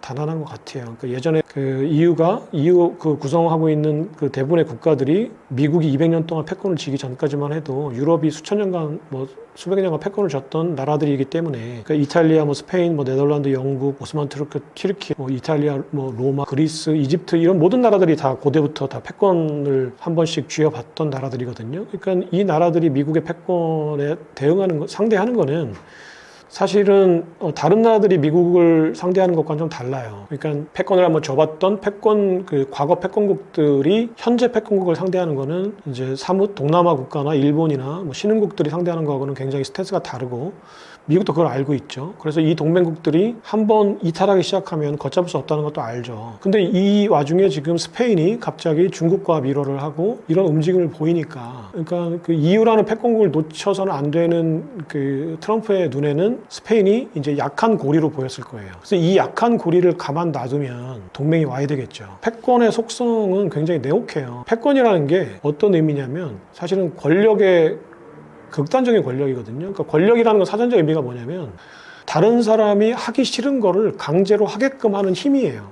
이게 이제 권력인데, 쉽게 얘기해서 내가 하기 싫은데 해야 되는 거예요. 그러니까 쉽게 얘기해서 그 옛날에 이집트나 이런 그 고대 노예제에서 노예들이 했던 거랑 똑같아요. 그러니까 패권을 쥔 그 귀족들이나 왕족이 채찍질로 또는 이제 그 마늘 가지고 생명선을 움켜쥐고 그 피라미드를 쌓으라고 하면 하기 싫지만 해야겠죠. 이게 권력이에요. 근데 패권이라는 건 의미가 여기서 조금 포장이 돼요. 그러니까 뭐냐면은 이게 이제 안토니오 그람시가 이제 패권을 얘기할 때 뭐라고 얘기했냐면, 패권은 아까 얘기했지만 극단적인 권력인데, 그러니까 하기 싫은 일을 강제로 하게끔 하는 힘인데, 하지만 자발적인 복종이라 일이라고 생각해야 돼요. 착각해야 돼요. 상대방이. 그러니까 엄청난 세련된 기술들이 많이 들어가겠죠. 그래서 나는 하기 싫은 일을 하고 있는 거지만 사실은 그거에 지배당하고 있는, 복종하고 있는 사람들, 국가들은 내가 지금 자발적으로 미국의 패권에 협조하고 있다는 착각을 하고 있는 거예요. 그 수많은 기획과 설계에 의해서 만들어진 환상이죠. 우리는 지금 하기 싫은 일을 하고 있는 건데 사실은 그 구성원들은 우리의 우방국이고 우리는 친구기 때문에 하고 있다고 생각하죠. 이게 뭐냐면 예전에 그 마크 트웨인의 그 톰 소여의 모험, 허클베리 핀 뭐 이런 소설을 보면은 톰 소여인가 허클베리 핀이 왜 톰 소여인가? 그 담벼락을 이모가 이제 시켜가지고 페인트 칠을 하고 있잖아요. 근데 여기 친구들이 지나가요. 근데 자기는 친구들은 막 놀러 가고 있는데 톰 소여가 페인트 칠을 하고 있으니까 얼마나 불쌍했겠어요. 그래서 너는 우리 놀러 가는데 너는 안 됐다 막 이러면서 이제 그 애틋한 눈치를 보내니까 톰 소여가 무슨 소리야? 난 이 페인트 칠 너무 재밌어. 난 재밌어서 하고 있는 거야. 니네는 가서 구슬치기 해. 나는 페인트 칠 할 거야. 라고 하니까 갑자기 그 친구들이 와서 그렇게 재밌는 거면 나도 좀 할게. 그래서 오히려 돈을 내고 먹을 걸 주고 구슬을 주고 그 페인트 칠을 칠하잖아요. 그러니까 이게 패권인 거예요. 원래 페인트 칠은 되게 하기 싫은 건데 그 친구들은 그 톰 소여 말 한마디로 자발적으로 복종을 하잖아요. 이게 패권이에요. 그러니까 저희들은 지금 비패권 국가들은 이 패권국에 미국이 만들어 놓은 그 문화적인 코드, 또 군사적인 코드, 그리고 경제적인 코드, 금융적인 코드, 정치적인 코드 뭐 이런 것들 때문에 우리가 자발적으로 미국이란 나라의 친구고 거기에 지금 그 시스템 안에서 우리도 누리고 있다고 생각을 하죠. 미국이 우리의 친구인가요? 이렇게 격차가 나는 친구가 있나요? 그 친구지만 뭐 격차가 나도 친구가 될 수 있죠. 근데 미국은 우리를 그렇게 생각하지 않을 거예요. 근데 여기서 이제 그 총리가 그 스페인 총리가 미국의 그 영린을 건드린 거예요. 중국과는 지금 사상 결단의 패권 다툼을 하고 있는데 갑자기 야 우리는 지금 니네가 올바르지 않잖아. 미국이 트럼프가 하고 있는 관세 전쟁은 올바르지 않잖아. 그러니까 나는 중국과 협조해서 대응을 할게 라고 한 거죠. 자, 근데 이거는 그 만약에 도덕 선생님이고 이웃집 사는 아저씨라면은 이게 맞죠. 정의를 찾고 올바름을 찾는 게. 근데 한 나라의 리더로서 내가 지금 올바름을 찾고서 내가 트럼프한테 대응을 하겠다라는 거는 이건 리더의 큰 실수예요. 그러니까 정치는 올바름의 문제가 아니라 패권은 올바름의 문제가 아니라 누가 우위를 차지하느냐의 문제예요. 우위를 차지하면 이기는 거고 사는 거고 우위를 차지하지 못하면 죽는 거거든요. 그러니까 정의, 공정의 문제가 아니에요. 누가 강하냐, 또 누가 무엇을 원하고 있느냐, 또 내가 거기에 부응하느냐, 내가 아니면 반대 방향에 서 있느냐의 문제예요. 반대 방향에 서 있으면 죽고 죽이는 싸움이 벌어지는 문제예요. 여기서 어떤 것이 옳다 그르다는 중요한 문제긴 하지만 내세우면 안 되는 문제죠. 근데 지금 스페인의 총리는 트럼프한테 올바름을 기준으로 패권에 도전을 한 거예요. 관세 전쟁이 지금 트럼프가 90일 유예를 하고 중국과 대화를 하겠다라고 시그널을 주면서 조금 수면으로 가라앉은 상황인데요. 트럼프의 관세 전쟁의 수단이자 목적이에요. 무슨 얘기냐면 첫 번째는 관세 전쟁으로 트럼프가 얻으려고 하는 거는 결국은 달러 약세예요. 무슨 얘기냐면 좀 어려운 얘기가 될 수도 있는데 직관적으로 좀 이해를 한번 해보세요. 중국 제품에 100% 관세를 한번 부과했다고 한번 생각해 보세요. 자, 그러면 샤오미, 예를 들어서 샤오미 청소기가 100달러 하던 게 200달러가 됐죠.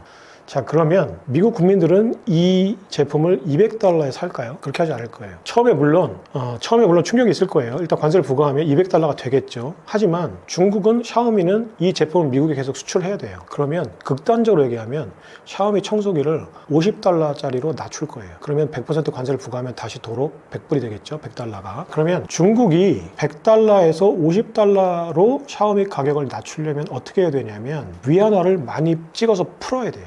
위안화 가치를 뚝 떨어뜨려야 돼요. 그러면 극단적으로 얘기하면 위안화를 지금 있는 만큼 2배로 찍어내야 돼요. 그래서 위안화 약세를 유도해야 돼요. 그러면은 관세를 부과해도 달러로 환산했을 때 샤오미 청소기가 50달러가 다시 되는 거예요. 그러면 미국으로 다시 팔 수가 있겠죠. 그러면 미국 국민들은 처음에는 인플레이션 때문에 충격을 받겠지만 다시 100달러짜리 샤오미 청소기를 살 수 있어요. 그럼 이렇게 되면 이게 이제 그 보고서를 썼던 스티븐 미런이라는 그 백악관 경제자문위원장의 보고서에 이런 내용들이 있는 거예요.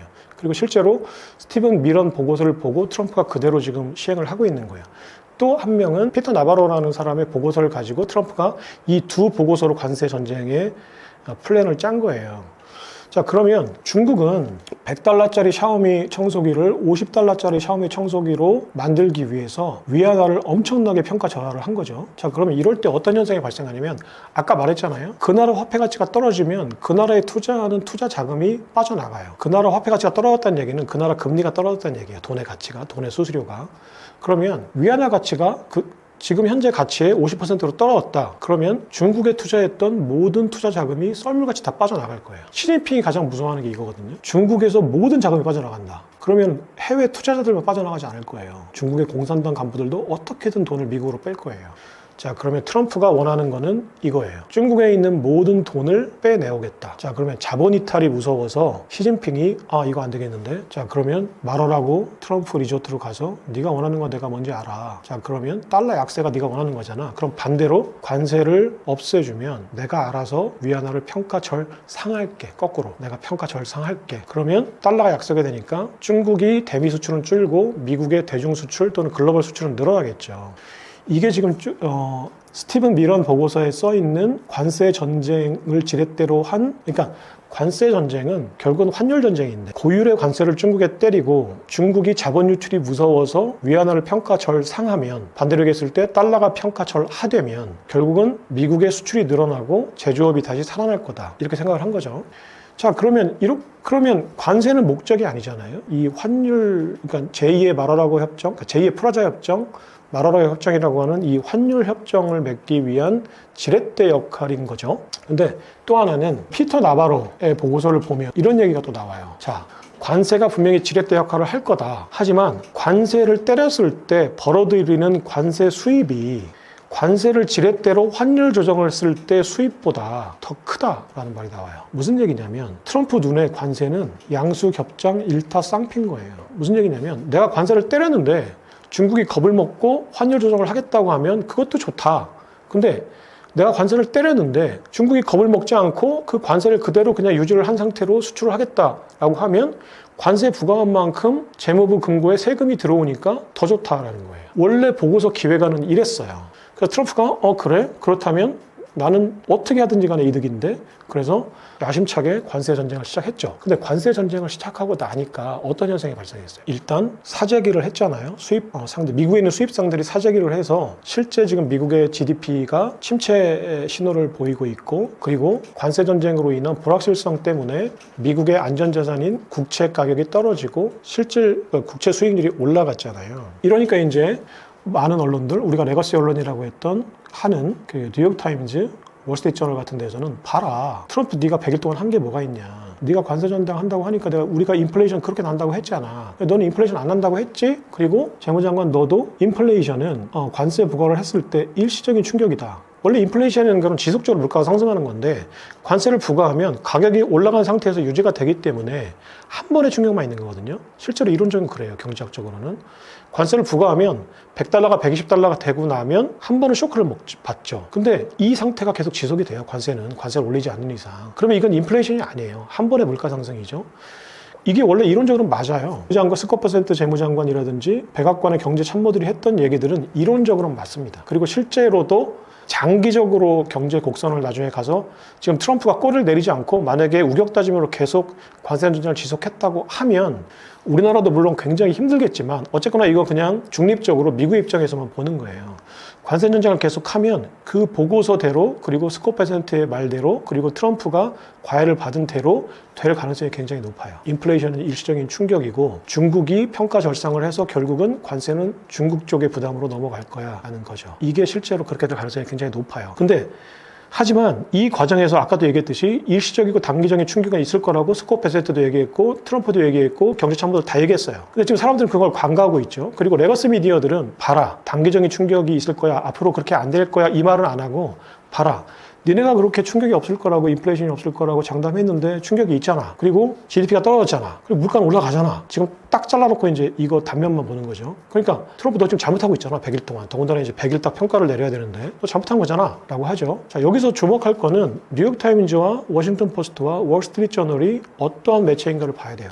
그 트럼프 2024년 11월 6일 날 6일을 전후해서 그 여론조사, 선거조사, 출구조사 등에서 이들이 어떤 보도를 했는지를 한번 보세요. 자, 우리는 선진국 미국의 레거시 언론 또는 전통과 역사의 이 언론들이 굉장히 공명정대한 객관적인 보도를 할 언론이라고 생각하잖아요. 자, 미국의 언론은 미국인들이 믿지도 않아요. 미국의 언론은 진실이 없어요. 이념만 있을 뿐이에요. 자, 이 레거시 미디어들은 전부 다 민주당 이념이에요. 좌파 이념이고, 그리고 우리가 폭스뉴스라고 하는 이 언론, 그리고 브레이브 바티 뉴스라고 하는 스티브 배넌, 트럼프의 참모였던 전략 참모였던 CMO였던 스티브 배넌이 했던 브레이브하트, 이 우파 뉴스들은 또 우파들 얘기만 합니다. 근데 비교적 우파들의 매체들이 과장 보도하는 것보다는 이 좌파들의 매체들이 과장 축소 보도하는 왜곡 현상이 더 심해요. 왜냐면 얘네들이 영향력이 더 크거든요. 우리가 폭스뉴스랑 그 브레이브하트 뉴스는 안 들어봤지만 뉴욕타임즈, 워싱턴 포스트, 월스트리트저널 다 들어봤죠.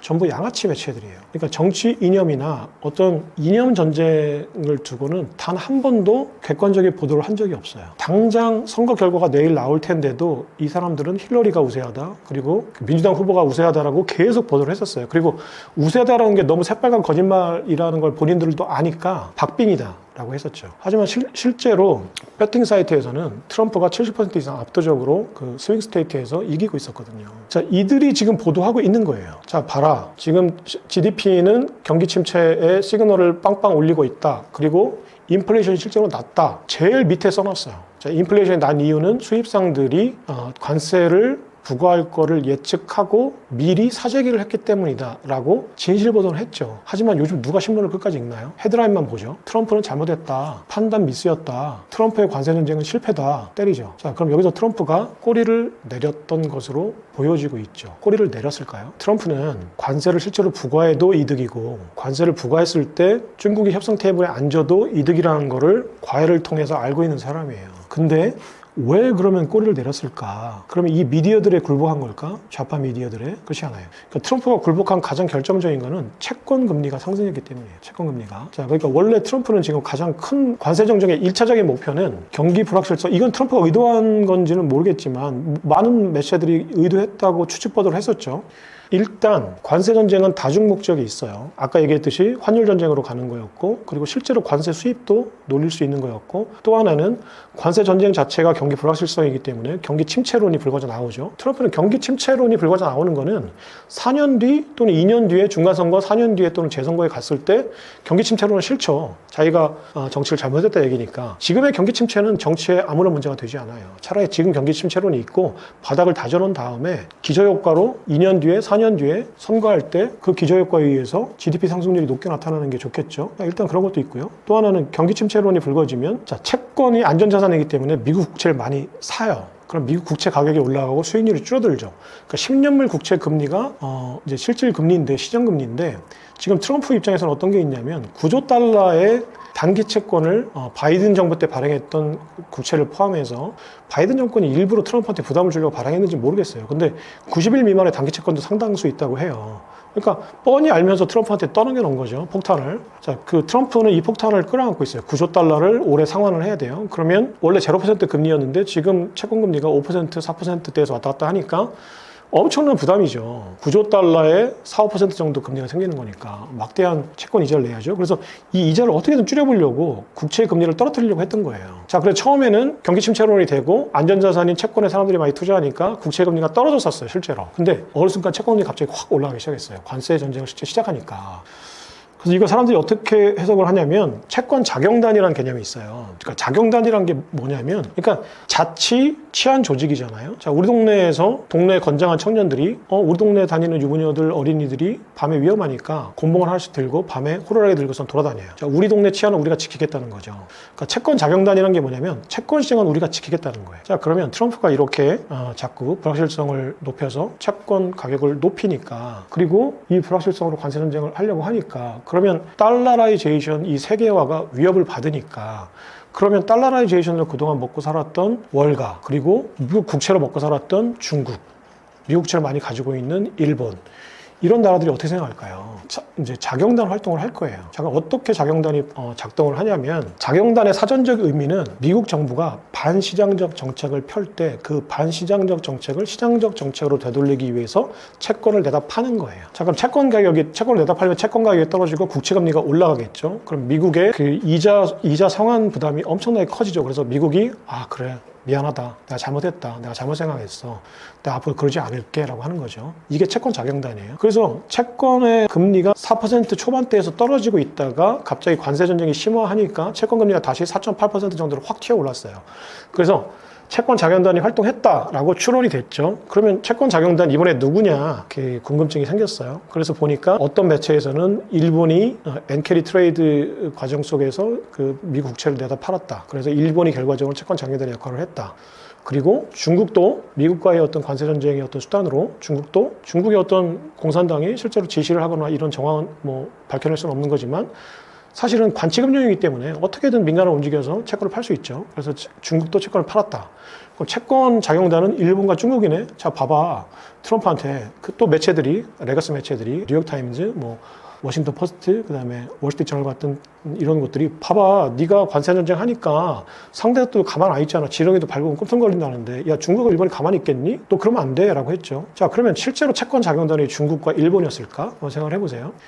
자, 지금 미국의 국채는 채무는 36조 달러예요. 쉽게 얘기해서 36조 달러의 채권을 누군가 들고 있다는 얘기예요. 자, 그럼 중국과 일본이 어마어마한 채권을 들고 있다고 사람들이 착각을 하죠. 중국은 7천억 달러를 들고 있어요. 일본이 4천억 달러 정도 들고 있을 거예요. 우리나라가 한 1천억 달러, 2천억 달러가 들고 있어요. 다 합하면 2조 달러가 안 돼요. 그러면 34조 달러는 도대체 누가 들고 있을까? 한번 생각해 보세요. 자, 연준이 5조 달러를 들고 있어요. 월가가 5조 달러 정도 들고 있어요. 그러면 맨하튼 월가 금융사와 미국의 중앙은행은 사실은 월가 금융사들이 출자해서 만드는 회사이기 때문에 월가예요. 월가가 10조 달러 들고 있어요. 그리고 36조 달러 중에 30% 정도만 미국 국경 밖에 있어요. 그러면 20조 달러 이상이 미국 안에 있다는 얘기. 그리고 그 중에 절반을 월가와 연준이 가지고 있어요. 그러면 채권 시장을 움직여서 트럼프를 교육시키겠다. 트럼프에게 참교육을 시키겠다라고 누군가 마음을 먹었다면 그게 7천억 달러를 들고 있는 중국일까요? 4천억 달러를 들고 있는 일본일까요?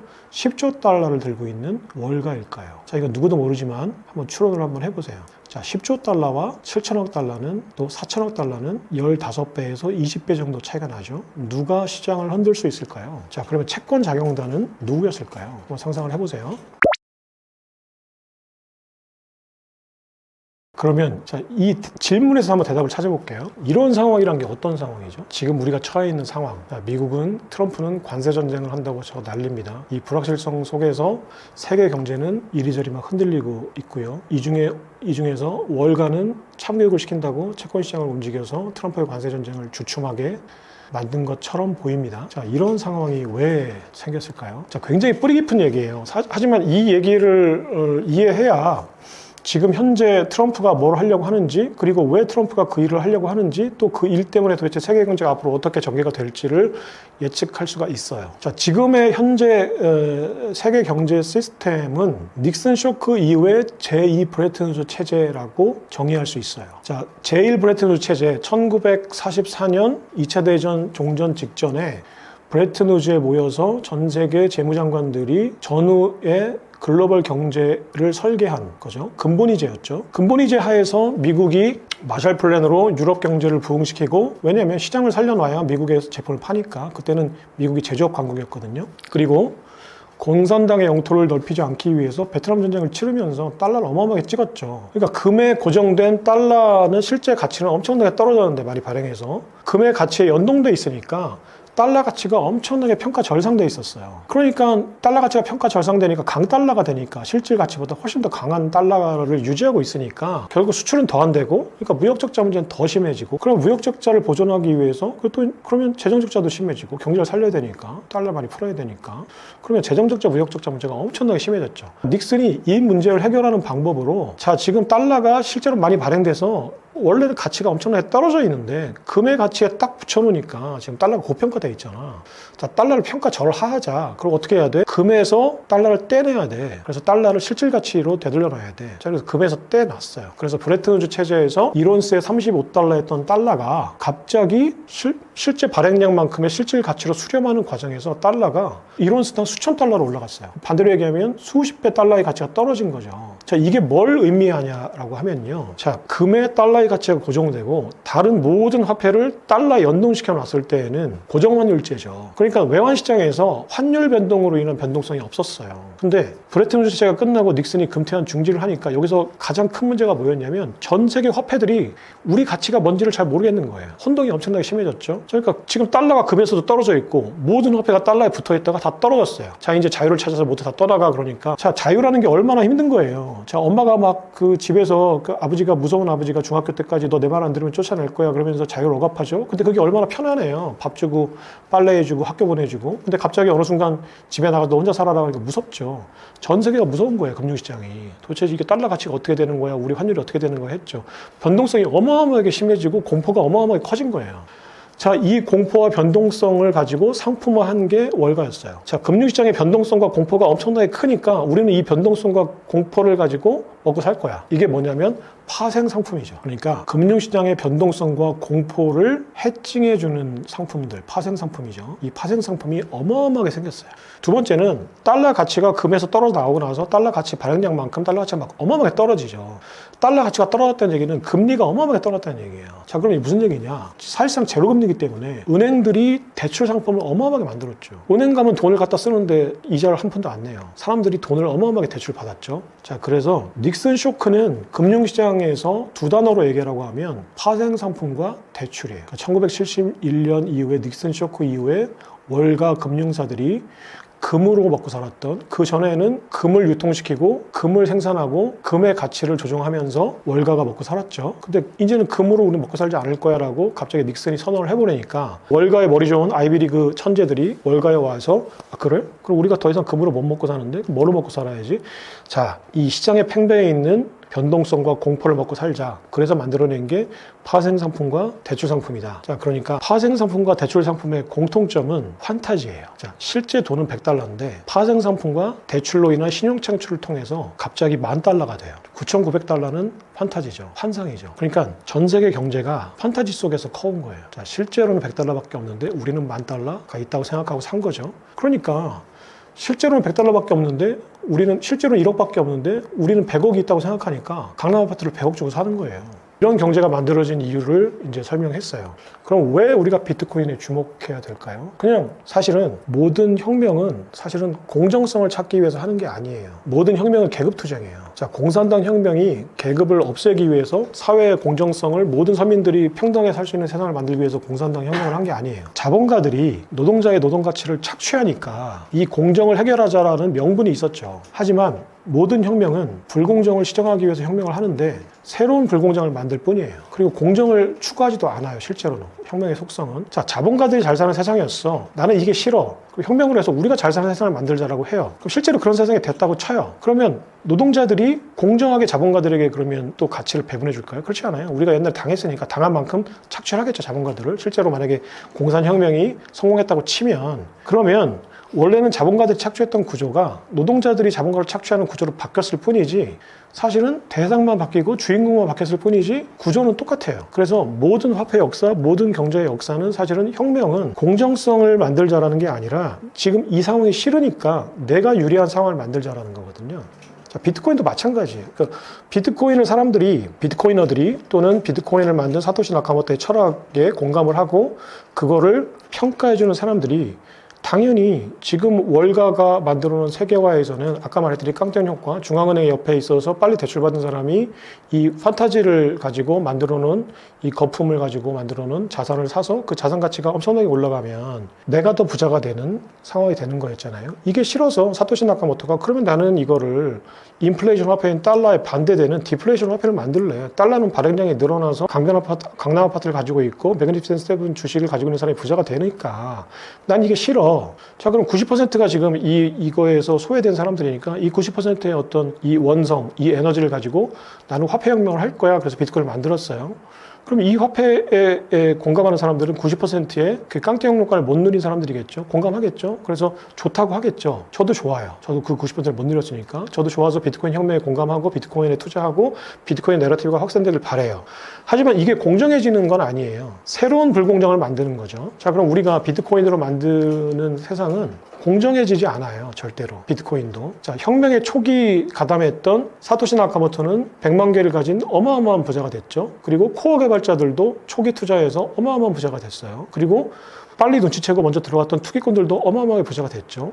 그러면 비트코인 나중에 1비트코인이 더 이상 발행량이 없으니까 화폐의 가치가 올라가죠. 그래서 열심히 일해서 1비트코인을 내가 벌면 은행에 넣어놓으면 그 가치가 올라가서 분명히 예전보다는 달러보다는 훨씬 더 내 화폐 가치를 지키고 부자가 될 가능성이 높아요. 하지만 이 비트코인이 만들어 놓은 이 생태계를 보면 여기에서도 또 구조적인 모순이 발생하죠. 초기 투자자들이 훨씬 더 많은 돈과 권력을 가지고 있죠. 그리고 이 디플레이션으로 발생되는 전체 시장의 또 불공정성도 발생할 거예요. 자, 그러면 저희가 지금 제가 얘기하는 게 비트코인 이런 어떤 화폐 철학에 공감하고 비트코인이 만들 수 있는 화폐 시스템을 만들고 그 화폐 시스템이 만들어 나가는 경제 구조로 우리가 이동합시다 라고 하는 거는 모든 사람이 다 잘 먹고 잘 사는 공정하고 평화롭고 이상적인 유토피아를 만들자는 게 아니에요. 지금 현재 화폐 구조가 예전에는 자본가, 브레튼 우드 체제 이후에는 금융가, 월가 금융가에게 부가 쏠리니까 이 쏠리는 거를 우리가 그동안 당했던 피해를 보상하고 그 이상으로 우리가 가져와서 기울었던 시소를 평평하게 만들자는 게 아니라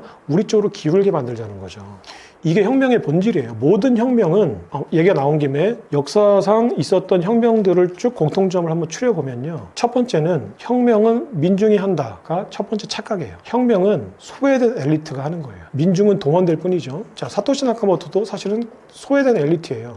월가 금융이 기득권 엘리트라면 거기서 있었던 그 기술 천재들, 사토시 나카모토는 제가 유추하기로는 어머니 아버지가 갑자기 미국 제조업이 무너지면서 회사에서 쫓겨나고 엄마는 그 아버지가 맨날 술 먹고 폭행을 하니까 마약에 쩔어 살고 본인은 스탠포드 대학에 가려고 했는데 백인이라는 이유로 갑자기 히스패닉 받아야 되니까 다양성, 포용성, 형평성 때문에 스탠포드에서 안 받아줘서 캘리포니아 주립대를 갔을 수도 있어요. 자, 이렇게 소외된 엘리트가 이 기득권 엘리트들이 만들어 놓은 횡포가 싫으니까 혁명을 한 거예요. 이거는 절대 민중이 한 게 아니죠. 민중은 동원되고 있죠, 지금 우리 같은 사람들. 두 번째는 혁명은 불공정을 시정하는 게 아니라 새로운 불공정을 만드는 거죠. 제가 지금 아까 설명했어요. 그리고 혁명은 권력을 해체하는 게 아니라 새로운 권력을 만드는 거예요. 공산혁명의 대표적이었죠. 계급 투쟁을 해서 계급이 없는 사회를 만들겠다고 했는데 실제로 그랬나요? 스탈린, 레닌, 후르시초프 이런 사람들이 독재를 했죠, 오히려. 그러니까 아마 칼 막스의 처음 초기 사상은 그렇지 않았을 수도 있는데 그걸 가지고 이용 공산혁명을 실제로